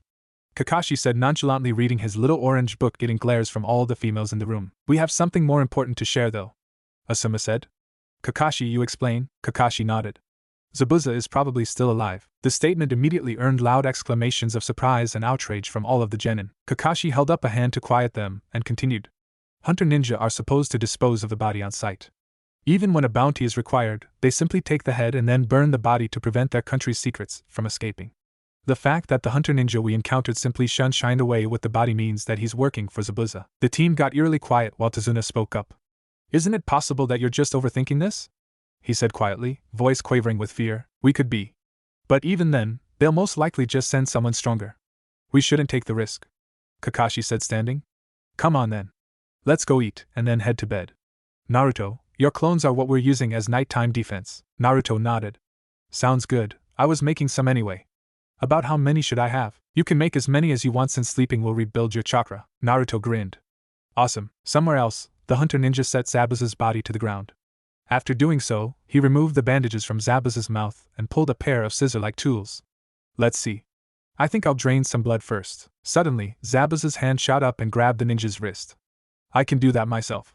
Zabuza sat up and then roughly removed the samban from his neck. You're always so rough, Haku. Haku laughed melodiously. I just didn't want to scar your beautiful body, Zabuza-sama. But if you pull them out like that, you could really hurt your body, Zabuza chortled mirthlessly. You didn't have to do that. I could have handled them. Haku removed his mask. I don't think so. 2 ninja of your caliber, another jonin that you don't know anything about, and 9 genin. Even with me, it would be a bit much. I managed to free the demon brothers. We should plan more carefully. Zabuza smiled at Haku. You're so bright, kid. And pure. That's what I love about you. What happened to my arms? Kakashi was smart. The stab wounds were a check he did to see if you had the right blood pressure for death. I simulated it fine, but your arms won't be useful for at least 2 weeks even with my treatment. I'll get him back for that one. The next morning, Naruto was up early and quickly moved outside into the woods behind Tezuna's house. He dispelled one of his 100 clones to absorb any information calculated by it. There had been no intruders or attack the night before, but the clones remained on high alert. The clone he dispelled had been sent to scout out the wooded area around the house. He'd found a small lake 10 miles north of the village that connected to a small waterfall around 4 miles west from the lake. The tall pine trees were similar in size to the trees of Konoha too, so he used them to try to get a vantage point, but he couldn't find much information other than the way the village was structured. After reviewing the information that he got from the clone, Naruto began to train. He had 2 of his clones return from their posts to begin tree walking again to make sure they had a total grasp of the movements.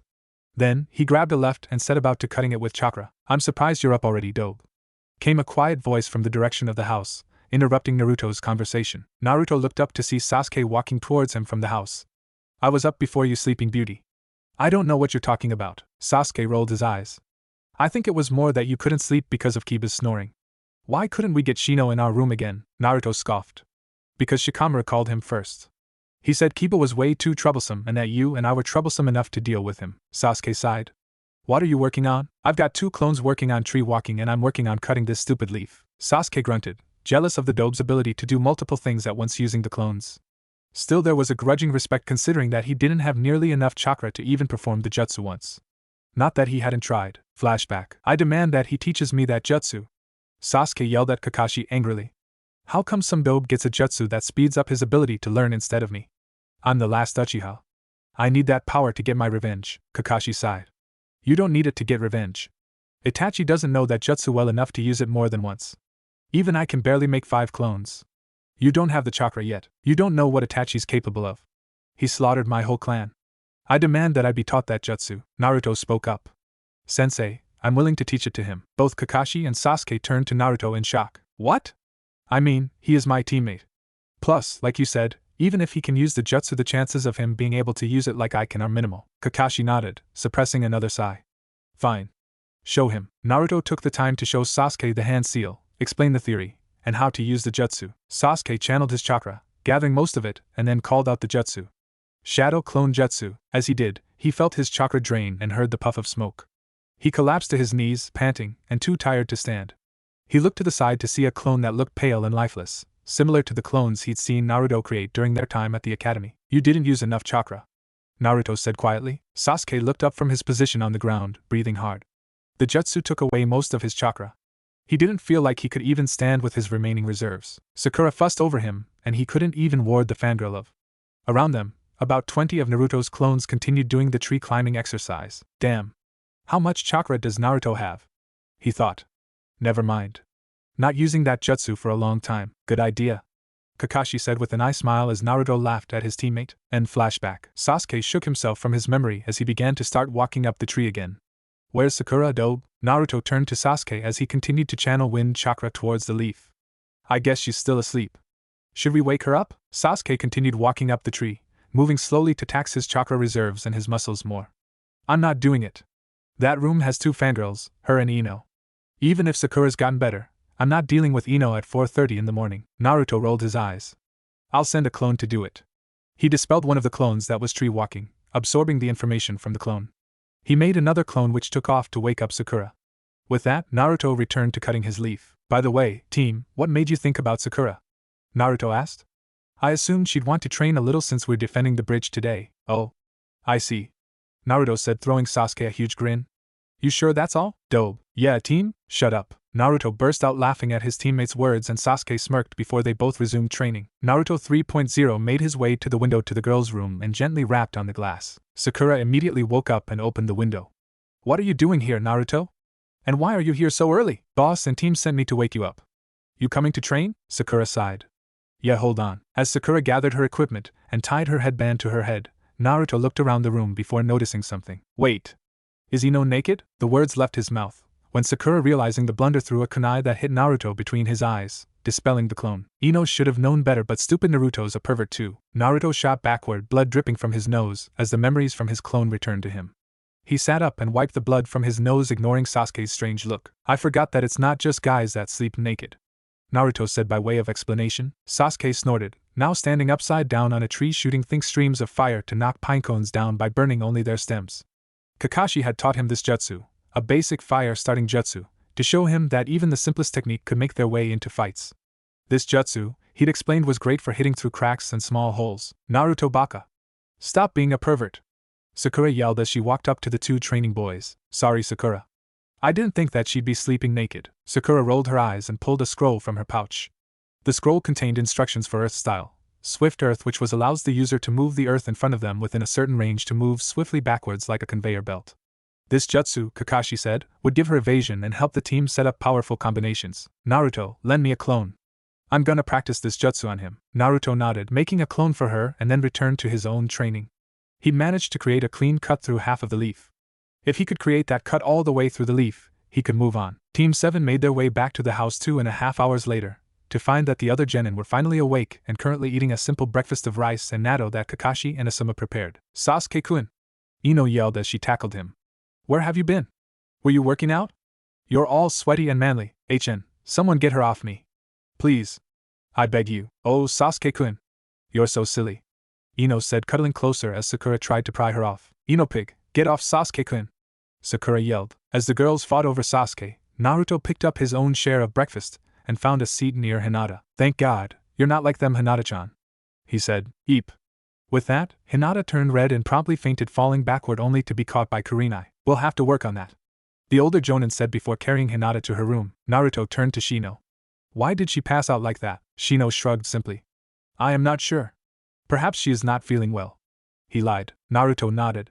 I hope she feels better soon. As they continued to eat, a little boy made his way into the kitchen. Tazuna exclaimed. Inari. My boy. Come give your grandpa a hug. How are you today? Inari walked up and gave his grandfather a hug. As he did, Tsunami spoke. Inari, thank these ninja. They're here to protect your grandpa. Inari turned to look around at the various ninja in the room. What's the point? They're all going to die anyway. No one's going to be able to stand up to Gato. Naruto grinned at the kid. You wish, kid. We're gonna kick his ass. The kid just looked at him before walking away. I'm gonna go look at the ocean. Tazuna looked around with sad eyes. Sorry about that. He hasn't been the same since Gato took over the island. After breakfast, the team made their way to the bridge with Tazuna. As they walked there, Naruto asked the old man lots of questions about bridge building. Tazuna seemed to enjoy the interest in the topic and easily answered all of Naruto's questions. As they approached the bridge, the team spread out, taking proper defensive points. From his position, Naruto observed the bridge being built. Hey old man, he called out to Tazuna. Does it normally take such a long time to get this done? Tazuna stopped and turned to Naruto. No. We're really low on workers. It's unfortunate, but so many people get scared of Gato that they stop coming. How many workers do you need? Naruto asked. I used to have over 300 workers here. Now we have about 30. It's a pretty big change. Naruto turned to Kakashi. Sensei, clones could help, right? Kakashi nodded to his student. Yeah. Having the bridge complete faster would also work for our mission requirements. No more than 600 though. Naruto nodded to his sensei, laughing. Here you go, Tazuna-san. With those words, Naruto created 400 clones. Just tell them what to do. Tazuna laughed happily, and then immediately began calling out orders to the clones, which set to work immediately. The next 3 days passed in similar fashion. In the early mornings, Naruto and Team 7 would train. After the first morning, Kakashi began to join his team for the early morning training. Rather than train them as he did in the village, he simply offered suggestions to each genin based on what they chose to work on, and then did training of his own. Team 7, inspired by their sensei's own training, began to train harder as well. Naruto had finally created a clean cut into the leaf. He'd eagerly shown Kakashi, who congratulated him on the task. He'd followed up by handing Naruto a rock and told him to cut that. Naruto couldn't even scratch the thing though. The progress on the bridge was going quickly too, thanks to the 400 Naruto clones that eagerly worked on the bridge, happy to learn something new that could prove useful for a Hokage to understand. The other thing that Naruto was slowly learning, interestingly, were table manners. Having found his mealtime etiquette absolutely horrendous, Kurenai had taken it upon herself to fix it.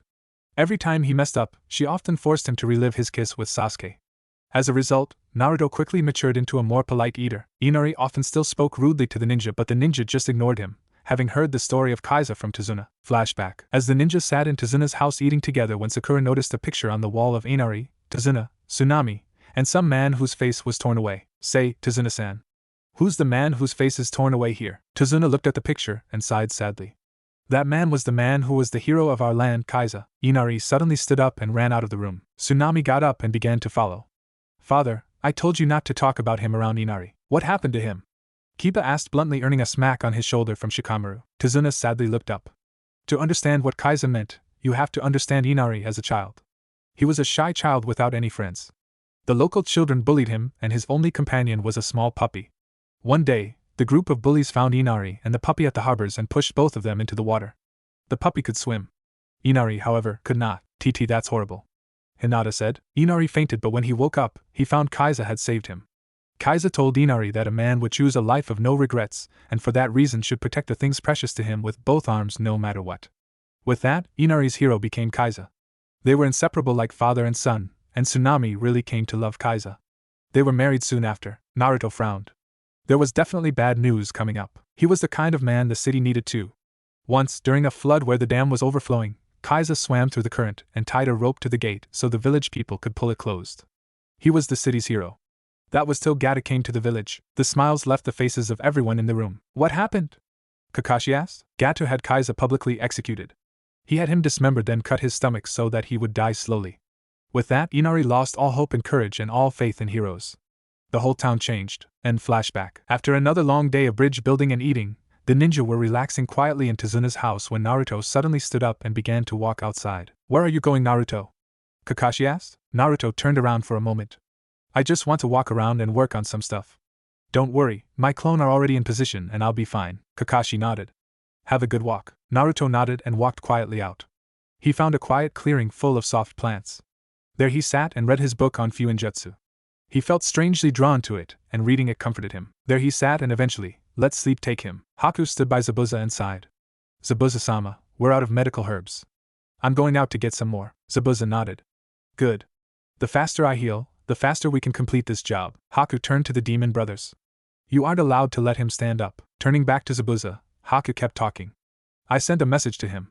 He should be here. Good. With those words, Haku changed into a pink flowery dress and grabbing a basket, walked out of the door. The fake hunter ninja walked quietly through the woods, casually towards the same patch of herbs he'd found earlier.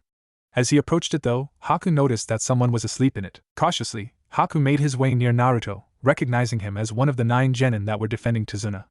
Conflicted, Haku slowly reached towards Naruto's neck.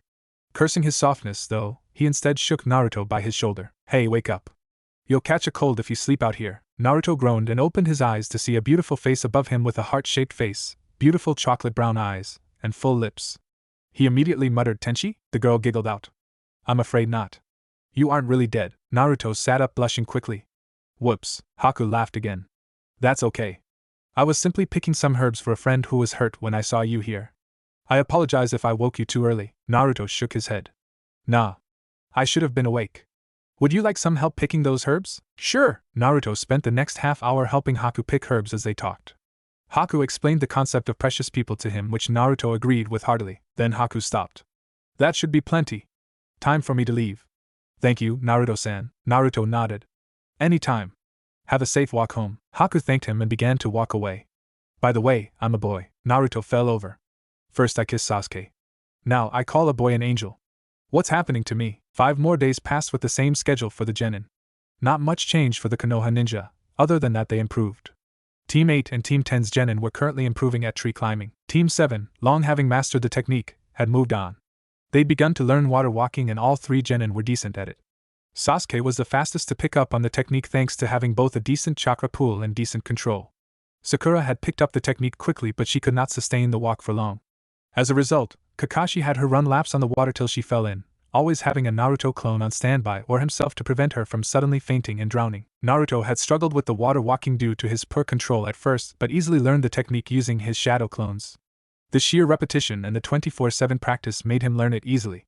However, Kakashi had insisted that Naruto also do jumps from the water to increase the power of his chakra.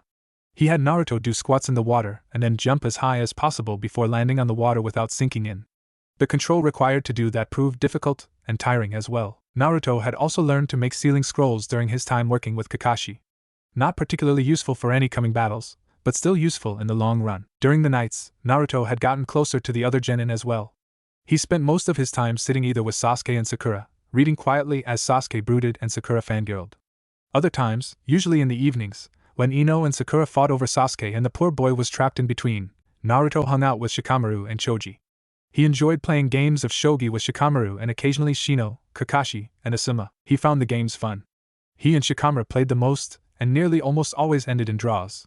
Occasionally, he would win but lose immediately after to the Nara. With Shino and Asuma, both Naruto and Shikamaru remained undefeated, but against Kakashi neither genin could win. The loss was ridiculously frustrating for both, as it was always an overwhelming defeat. Naruto also found Shino's bugs fascinating and asked him questions frequently about the creatures. Shino found the interest great and happily discussed the bugs, explaining how he could use them to suction chakra away from enemies and track people. Naruto found Kiba and Hinata fairly nice too. He found it a little hard to talk to both of them though. Kiba was loud, abrasive, and much like he used to be prior to the Mizuki event. Hinata just fainted a lot when Naruto spoke to her, which made getting to know her difficult. Naruto and Shikamaru by the door playing another game of shogi after another day of work.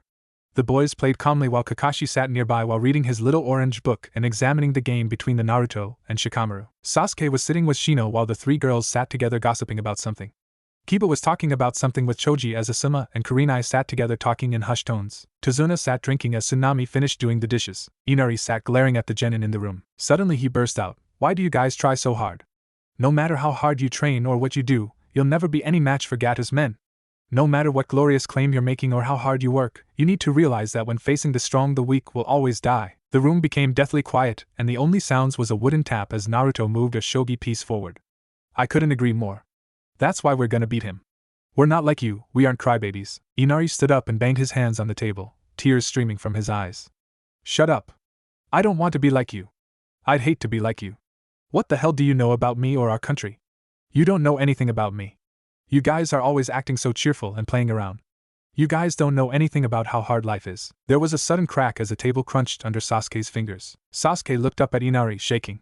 "So, you're just some kind of a hero of a tragedy, huh?" Flashback. "No. Sasuke. Don't come in." The dead bodies of his parents. His brother, Itachi, standing there, was holding a katana, freshly pulled from his mother's body. "And I said, why? Why did you do this?"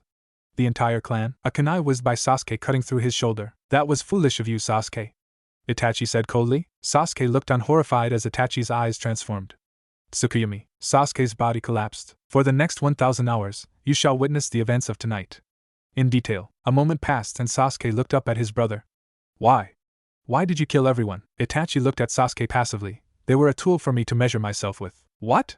Sasuke said weakly. "Just for that, you killed everyone." "That's bullshit." Sasuke stood and ran at Itachi. Before he could do much though, Itachi punched him in the gut. Sasuke collapsed again, looking into his mother's dead face. "I'm scared. I don't want to die." With a terrified scream, Sasuke began running away. "I don't want to die. Don't kill me." "Foolish little brother, you're too weak to kill. Run. Survive. If you want revenge, live miserable, train, hate me. Learn to survive." End flashback. "You think you have a hard life? You don't know anything, brat. You sit there with your mom and grandfather to take care of you.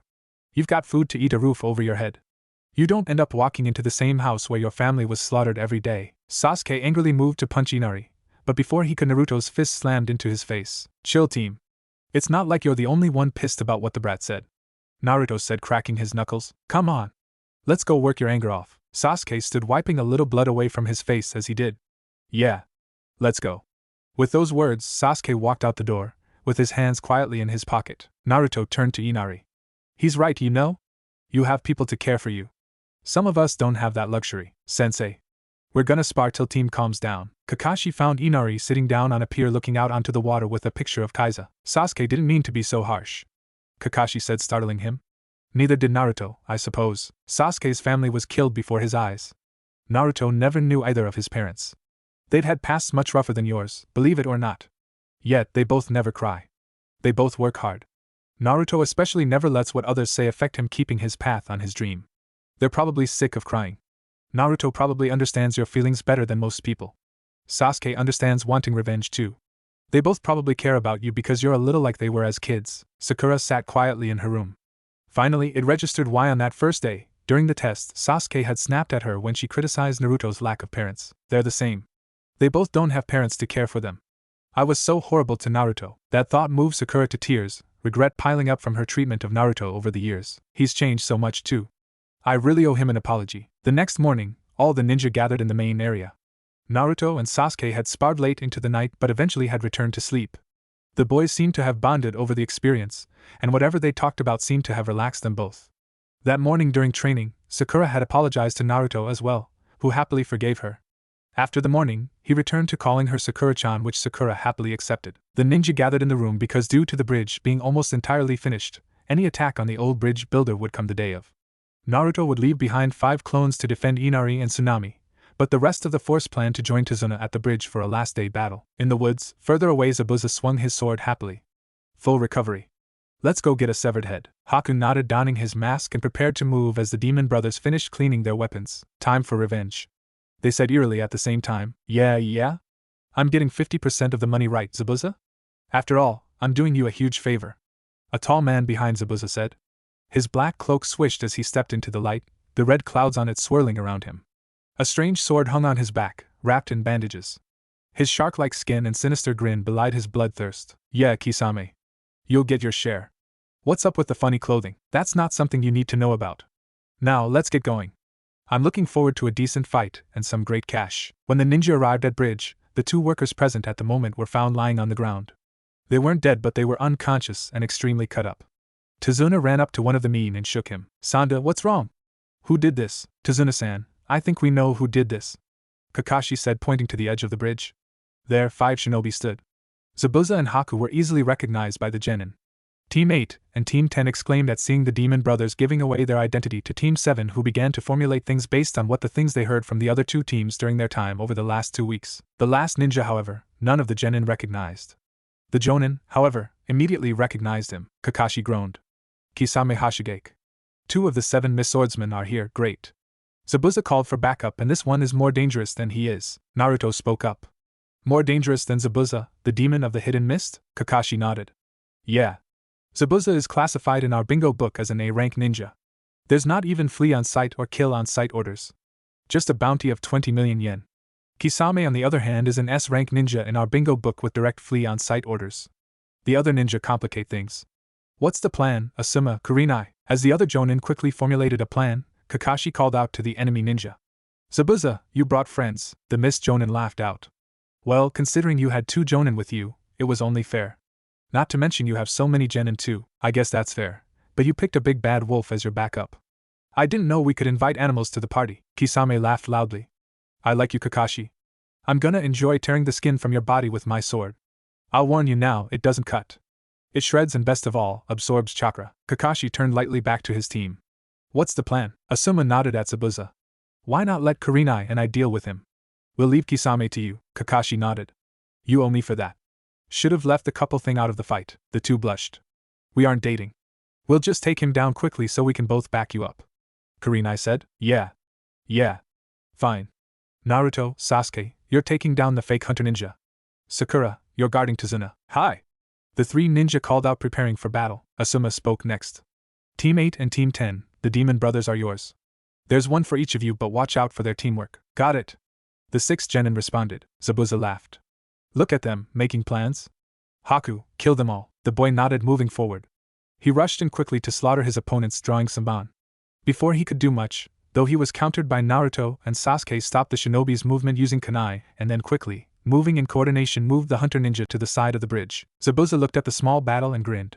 Look at that, Kakashi, you had some kids that can play with Haku. Not bad. But that boy's special. Special enough that even Kisame avoids a direct fight with him. Kisame smacked Zabuza lightly. He only beat me once, damn it. Kakashi shot the boys a concerned look before turning to his own fight. I wouldn't underestimate them if I were you. The demon brothers rushed out next and quickly pushed the 2 teams back away their area of the bridge, even pushing them hard enough to get the teams pushed away from the bridge onto the land entirely. At the same moment, Zabuza began moving toward Tazuna but was countered by a fireball from Kurenai as kunai from Asuma also flew into him. Asuma immediately charged, slamming into his sword with his trench knife, stalling him in place. Shall we start then, Kisame? Kakashi said as he drew a kunai and the mist ninja drew his own sword. With pleasure. Haku found himself hard-pressed against the 2 boys he was fighting. Not only were both boys excellent at keeping him pinned back, unable to get time to form hand seals, but they worked well off each other's attacks. Naruto moved forward, occupying Haku with a kunai matching his own. Haku prepared to land a kick at the orange-clad genin.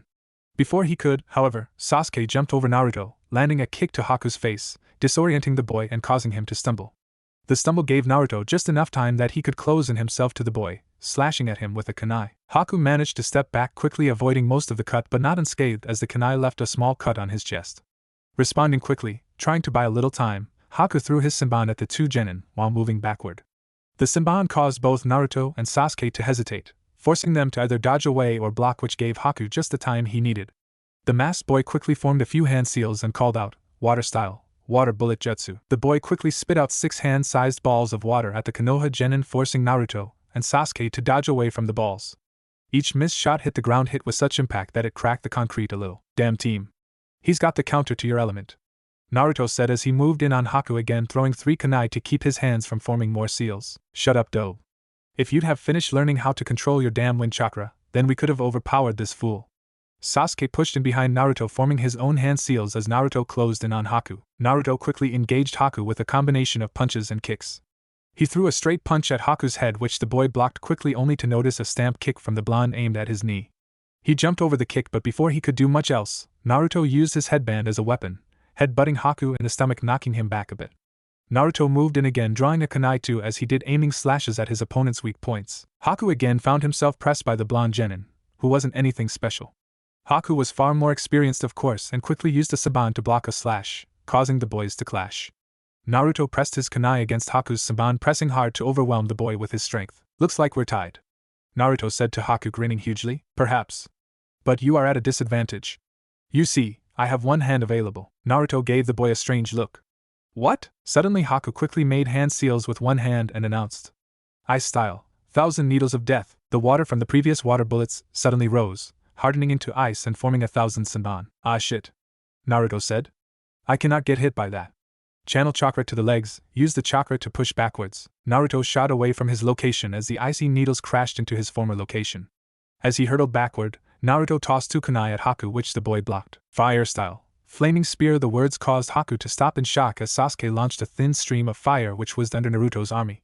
Haku jumped away a little late, causing his sleeve to catch fire. Before he could respond to his arm, however, Naruto was in his face again, landing harsh punches to his gut that forced him to double over.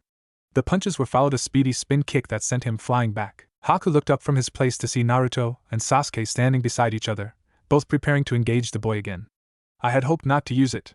Now, unfortunately, it seems I should not hold back." Haku stood shakily, and then looked at his opponents. "You two are skilled. Forgive me, but I shall no longer hold back." Naruto and Sasuke tensed, but before they could respond, Haku had finished a set of hand seals. Hidden Jutsu, Demon Ice Mirrors. Mirrors of ice formed around the 2 Konoha genin, forming a dome around them. Haku stepped into the mirrors and drew a few Senbon.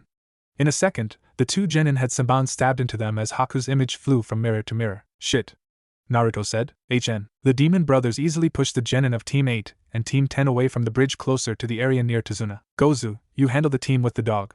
I want the team with the little blonde," Meiza said. Gozu nodded. "Don't break her too quickly." The genin prepared to fight as the 2 individual chunin rushed each team. As soon as combat started, Team 8 found themselves pressed by Gozu, who despite having been easily knocked out by Asuma earlier was more than a match for the genin. Gozu used his superior taijutsu to keep the genin pushed away, using his poison claws to threaten the genin. Kiba had already had Akamaru transform into his beat clone, but even with the extra fighter, Gozu seemed to easily overwhelm the ninja, using his chain and claw to knock Kiba away while also using the boy as a block against the Aburame bugs and Hinata. Meizu slowly approached Team 10 drawing a kunai. "Why don't you kids surrender? Hand over the pretty girl and at least you boys won't have to die." "No way!" Ino yelled. "If you two quit, I'll kill you myself," she said, looking at Shikamaru and Choji menacingly. "Relax, Ino. Shika and I won't abandon you like that," Choji said. "Troublesome." "He's right. It would be too much trouble. Now let's figure out how to beat him. Buy me some time. I have a plan." The other 2 nodded and rushed forward, engaging the chunin. Choji began to immediately fight him using the Akamichi taijutsu as Ino provided support using poison and explosives. Asuma and Kurenai were having the easiest time on the bridge. Still, Zabuza was proving a difficult opponent for the both of them.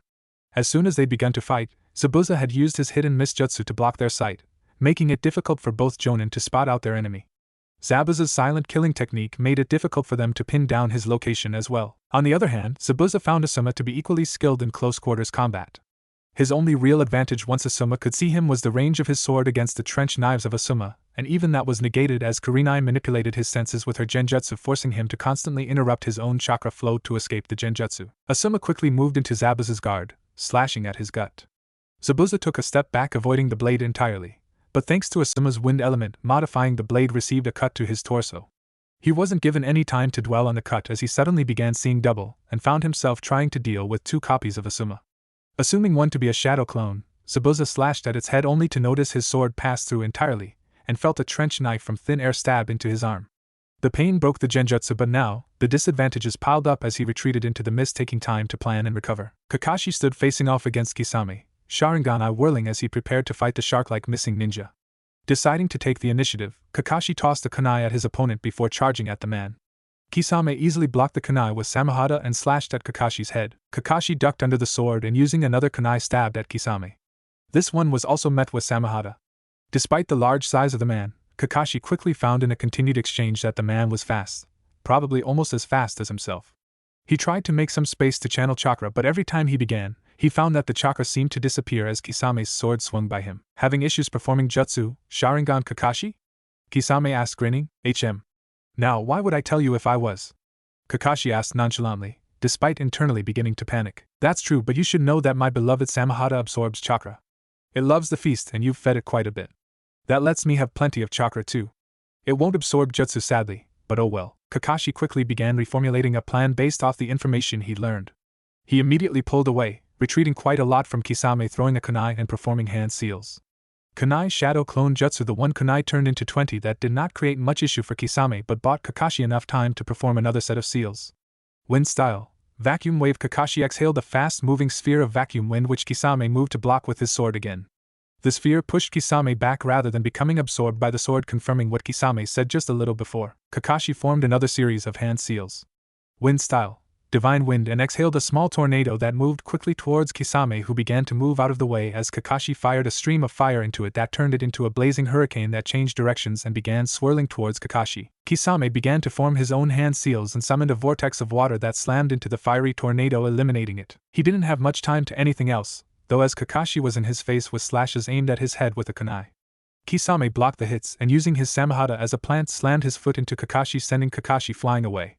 Before he could get too far, Kisame also slashed with Samehada, leaving a painful gash into Kakashi's left arm as he flew into the side of the bridge and collapsed with a pained gasp. Kakashi stood shakily as Kisame rushed him and groaned as he prepared to deal the S-rank missing ninja's next attack. Naruto and Sasuke were not in a great position. Both boys, who till they became trapped in the Mirror Dome were easily overpowering Haku, found themselves no longer able to keep up with kunai stabbing them all over their body. This is annoying, Naruto said as he threw a shuriken at Haku's location, attempting to put some wind chakra into the blade. The shuriken hit the mirror, cracking it slightly, only for the mirror to repair itself immediately. He's slowing down, Sasuke said as he performed a few hand seals and launched a huge fireball at the mirrors, which began to melt only to reform. It's taking chakra to repair the mirrors too, Naruto nodded. Yeah. I can't tell that he's slowing down though. Naruto quickly summoned 20 shadow clones that began attacking the mirrors as he moved closer to Sasuke to discuss a plan. What about explosive tags? Try it. Before too long though, all 20 clones were dispelled and Sasuke and Naruto found themselves covered in a few more saban. Ignoring the pain, the boys began hurling kunai covered in explosive tags at the mirrors, yet even that impact did not shatter the mirrors, though it left massive cracks that drained Haku to repair. Slowly though, Sasuke began responding to the attacks, blocking needle after needle aimed at him. Hey Dobe. He's getting weaker. He hasn't hit me in a while. That's nice, team. I'm still getting peppered. How are you stopping his hits? It's just really obvious where he's coming from. And he's moving so slowly that it's not really an issue. Naruto stopped attacking and turned to Sasuke. That made no sense. He hasn't slowed down that much at all. The only thing slowing down is the pace that he's repairing the mirrors. Sasuke turned to face Naruto a bit. What are you talking about, Dobe? Naruto paused, looking at Sasuke's eyes. Team, your eyes are red. Sasuke stopped. How many? Naruto looked at Sasuke, puzzled. How many what? How many Tomo in my eyes? 2 in one and only 1 in the other. Naruto replied, feeling a little creeped out by the smirk on Sasuke's face. Sharingan. Finally. A chance to catch up to Itachi. It's begun. Naruto grinned too. Hell yeah. Let's crush this guy. Gozu was finally starting to be worn down. He'd easily dealt with Team 10 earlier, keeping the team pushed away using their teamwork against them. However, before long, he found himself starting to get tired, which was a surprise for himself. Tired already? Against these brats? That makes no sense.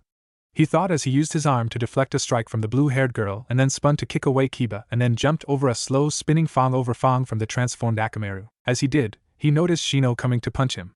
He blocked the strange boy's punch and roughly kicked him away by kicking him in the gut. As he did, however, he felt himself weaken even more. What are they doing to me? Goza asked himself as he rushed towards the genin intent to kill them before they did anything else. As he did, however, he felt his legs give way under him, the chakra leaving his body quickly. He looked up at the genin facing him. What did you do to me? Shino held up his arms and bugs left his body. These are Kakeichu bugs. They absorbed chakra from the opponent. Additionally, you engaged Hinata here in a close quarters fight. Don't you know not to fight a Hyuga like that? Kiba was just a distraction. Now, knock him out and tie him up. With that, Kiba swiftly chopped at the back of Goza's head, knocking him out. Choji and Ino were also having a very hard time against Meizu. Choji had used his expansion jutsu to increase his size and roll around trying to pin the Chunin in place as Ino attacked using various ninja tools and taijutsu. Meizu, however, did not seem to be struggling against the two and took great pleasure in slowly cutting Ino with a kunai. He laughed maniacally as he did all the while speaking about all the things he'd do with her dead body, most of which made Ino turn green and yell at him furiously. Suddenly, though, Meizu found himself unable to move. You forgot about me while you were busy saying troublesome things to Ino, Shikamaru said as he caught Meizu with his shadow possession jutsu. I think we'll let Ino handle you. Ino smiled and formed the hand seal for her mind transfer. Once she'd possessed Meizu's body, she quickly attached a few explosive tags to his body, activated them, and then returned to her own body. Shikamaru released his control over Meizu. Meizu snarled as he regained his senses and started to move towards the genin when he noticed a strange hissing from his body. He looked down, and his eyes widened as he noticed the explosive tags. Boom! Shikamaru said as the tags blew up, sending little pieces of Meizu flying all over the place.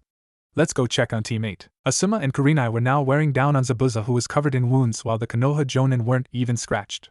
The mist that Zabuza had been using had long dwindled from a lack of chakra and concentration. Zabuza dodged sideways as Kurenai blew a fireball in his direction, only to run into Asuma, who managed to create 2 more gashes into his arm. Zabuza stumbled back and tried to use his head cleaver to hack off Asuma's head, only to find again that there was no Asuma there. Before he could dispel the genjutsu affecting his perception, he felt the wind-enhanced trench knives dig themselves into his leg, causing him to drop to a knee. Asuma stood over him with Kurenai ready to defend him. That wasn't too bad a fight. Sorry, Zabuza, but you're dead. Asuma raised his trench knife and stabbed, aiming for Zabuza's head. Tsunami stood in the kitchen quietly humming as she washed dishes. As she did, she heard the door open and called out, Inari. I'm in the kitchen. She continued to wash the dishes when she heard another voice. Well, looks like the bridge builder had an attractive daughter. Tsunami turned around, eyes widening as she saw the 2 thugs that worked for Gatu, the ones who had been present at Kaisa's execution. Why are you here? She asked, voice trembling as she stepped back. Well, our employer has not much faith in the men he hired to kill your father. So, we're here to ensure that he'll surrender by taking you. We'll give you back to him piece by piece till he gives up on the bridge, and then maybe we'll let you go. The thugs quickly tied up Tsunami and began to march her towards the door when Inari walked in. The small boy looked at the thugs before he froze. What are you doing? Tsunami quickly yelled at Inari. Inari, get away from here. These men are Gata's thugs. Inari quickly turned and ran away into the house as the thugs prepared to chase him. Stop! Tsunami called out. If you chase him, I'll bite my tongue and kill myself. Then, you won't have anyone to use as a hostage. The thugs stopped. Lucky kid. He's got a smart mom. With a laugh, they roughly grabbed Tsunami and began marching her towards the door. Inari stood inside, tears streaming from his face. As he cried, though, he remembered Kakashi's words. Flashback. Sasuke's family was killed before his eyes. Naruto never knew either of his parents. They'd had pasts much rougher than yours, believe it or not. Yet, they both never cry. They both work hard. Naruto especially never lets what others say affect him, keeping his path on his dream. They're probably sick of crying. Naruto probably understands your feelings better than most people. Sasuke understands wanting revenge too. They both probably care about you because you're a little like they were as kids. End flashback. Inari grit his teeth and moved to the kitchen and grabbed a pan. With it he ran outside chasing after the bandits till he found them. Hey! Stop right there. Let my mom go. The bandits turned to see the shivering kid and laughed. What a brave kid. One of the thugs drew his sword. I want to cut him up. Again Tsunami tried to interfere. If you do dash. Before she could, the other thug knocked her out. Have at it. The thug charged Inari and slashed at him, only to cut through a log instead of Inari. Inari felt himself safely set away from the thugs just a few feet from his initial position from the log, safely in the hands of Naruto. What are you doing here? He asked. Naruto turned to him and grinned. Boss left 30 of us just in case someone tried something. That was really brave of you, kid. The two bandits prepared to fight only to find themselves easily outnumbered and clearly outskilled. The fight ended easily with both bandits being tied up and unconscious. The clones gently moved Tsunami inside before complimenting Inari again and returning to guarding the house. Naruto frowned as one of the clones' memories returned to him as he tried to dodge another wave of Senbon. He wasn't as lucky as his teammate who was having a great time dealing with the slow boy. Luckily, after noticing the Sharingan, Haku had turned to focus most of his attention on Sasuke, only lightly attacking the orange-clad genin. As Haku rushed again, he suddenly found Sasuke in his face, a harsh kick sending him flying, causing him to fall just outside his dome. The ice-wielding ninja quickly stood and moved back into the mirrors. Those eyes are a hassle. I did not wish to defeat him like this, but it seems I must. Haku turned to Naruto and quickly flew from a mirror from behind him, preparing to use the Senbon to take the blonde's life. Sasuke noticed the movement just a little too late, and then quickly sprung in the way. Naruto felt Sasuke's body thud against his back and felt something wet hit his neck. Naruto turned around quickly, just in time to catch Sasuke's collapsing body. 5 Senbon sticking from his neck and other Senbon scattered throughout his body. Naruto stared at his teammate in shock, holding him. Why? Sasuke looked up at Naruto and wheezed, coughing up blood. I don't know. My body just sort of moved on its own. Naruto looked at Sasuke, tears filling his eyes. Damn it, team. You weren't supposed to die for me. Sasuke just chuckled from his position. Maybe that's true, but it looks like I will. I need a favor. My brother killed my entire clan. I swore I would avenge them. If I can't, promise me you will. Naruto nodded. I promise, thanks Dobe. With those words, Sasuke closed his eyes and collapsed. Haku looked at the fight sadly. He was a brave shinobi. I am sorry for your loss. Naruto growled at the other boy as he felt a strange feeling. Anger, rage, and bloodlust overwhelmed him as he looked up. Orange chakra seeped from him, wrapping itself around him. Shut up. I'm gonna kill you! Naruto roared suddenly, the chakra shattering the mirrors. Naruto charged the boy and punched him, sending him flying, causing his mask to shatter. Naruto charged again and pulled the boy up to punch his face in when he noticed who the boy was. The chakra suddenly faded as Naruto exclaimed. You're that guy from the woods? Haku nodded. Indeed. I was picking herbs for Zabuza-sama. Why? Naruto said suddenly. After all that talk about precious people, you work for Zabuza? Haku coughed up a little blood. He is my precious person. In the mist, during the years that it was the blood mist, people with Kekkai Genkai are hunted and killed. Flashback. Haku sat outside one day playing in the snow, causing flakes of ice to from fingers when his mother saw him. She ran up and quickly reprimanded him, yelling at him to never do that again. Some time passed. Haku heard the yelling between his parents. The next day, a mob broke into his house led by his father. The mob brutally murdered his mother, calling her a witch full of tainting blood. The mob turned on Haku, who in his fear suddenly lost control. In an instant, the whole mob lay dead, full of spikes made of ice. Haku let out a pained scream and quickly ran away. Weeks later, he lay collapsed on the ground preparing to die. A tall man walked up to the child and looked down at him. He kneeled and began to speak to the collapsed boy. Do you want to live? Haku looked up at Zabuza and nodded, too weak to speak. Then serve me. Be my tool. End flashback. Zabuza-sama saved my life. That's plenty for me to serve him. Naruto grit his teeth. I guess. Haku looked up at Naruto. Kill me, Naruto. What? Naruto said, shocked. I am not useful to Zabuza-sama any longer. I am a broken tool. My purpose for living is gone. I do not wish to live. Please. Naruto nodded morbidly as he drew a kunai and aimed to kill Haku when suddenly, Haku interrupted the strike. Forgive me, Naruto. There is still something I have left to do. Asuma thrust at Zabuza, when suddenly Haku shined into his attack, catching the thrust between his eyes, dying instantly. Zabuza grinned and swung his blade, aiming to cut through both Haku and Asuma, only for Asuma to jump away from the cut, saving Haku's body too as Naruto ran up to the fighters. The mist was almost gone now. Zabuza stood shakily and began to speak. He was a good tool. Even at the end, Naruto had just arrived at the scene and immediately yelled out at the Jonin. Shut up. Don't call him that. The moron sacrificed himself for a loser like you and all you can say is that he's a good tool? Zabuza regarded Naruto. You remind me of a foolish woman I once fought. The ninja world isn't about cupcakes and friendship.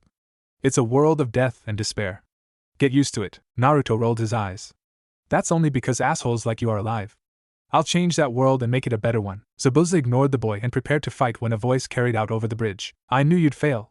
A short man surrounded by bandits. Gatu. Zabuza growled. Ha! Look at you! Demon of the mist. More like baby demon.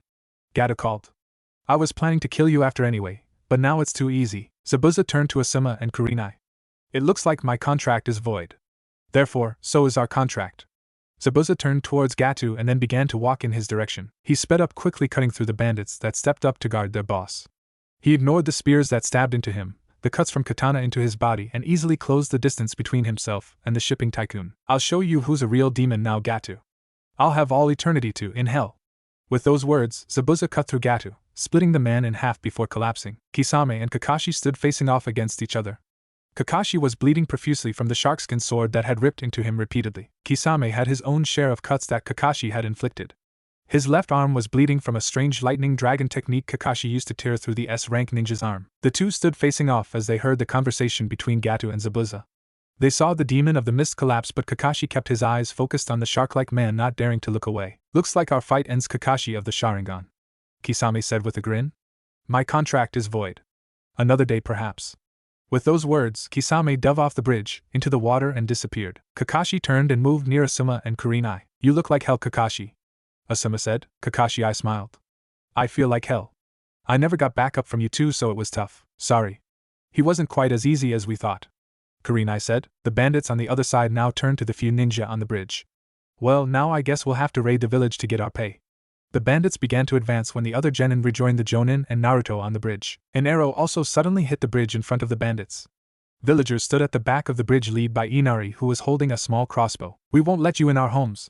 The crowd yelled forward as they advanced. Naruto grinned. I can help too. He formed his hand seals and formed 50 shadow clones. The bandits slowly began to retreat before turning and running, jumping back into their boats and rowing away. Yeah.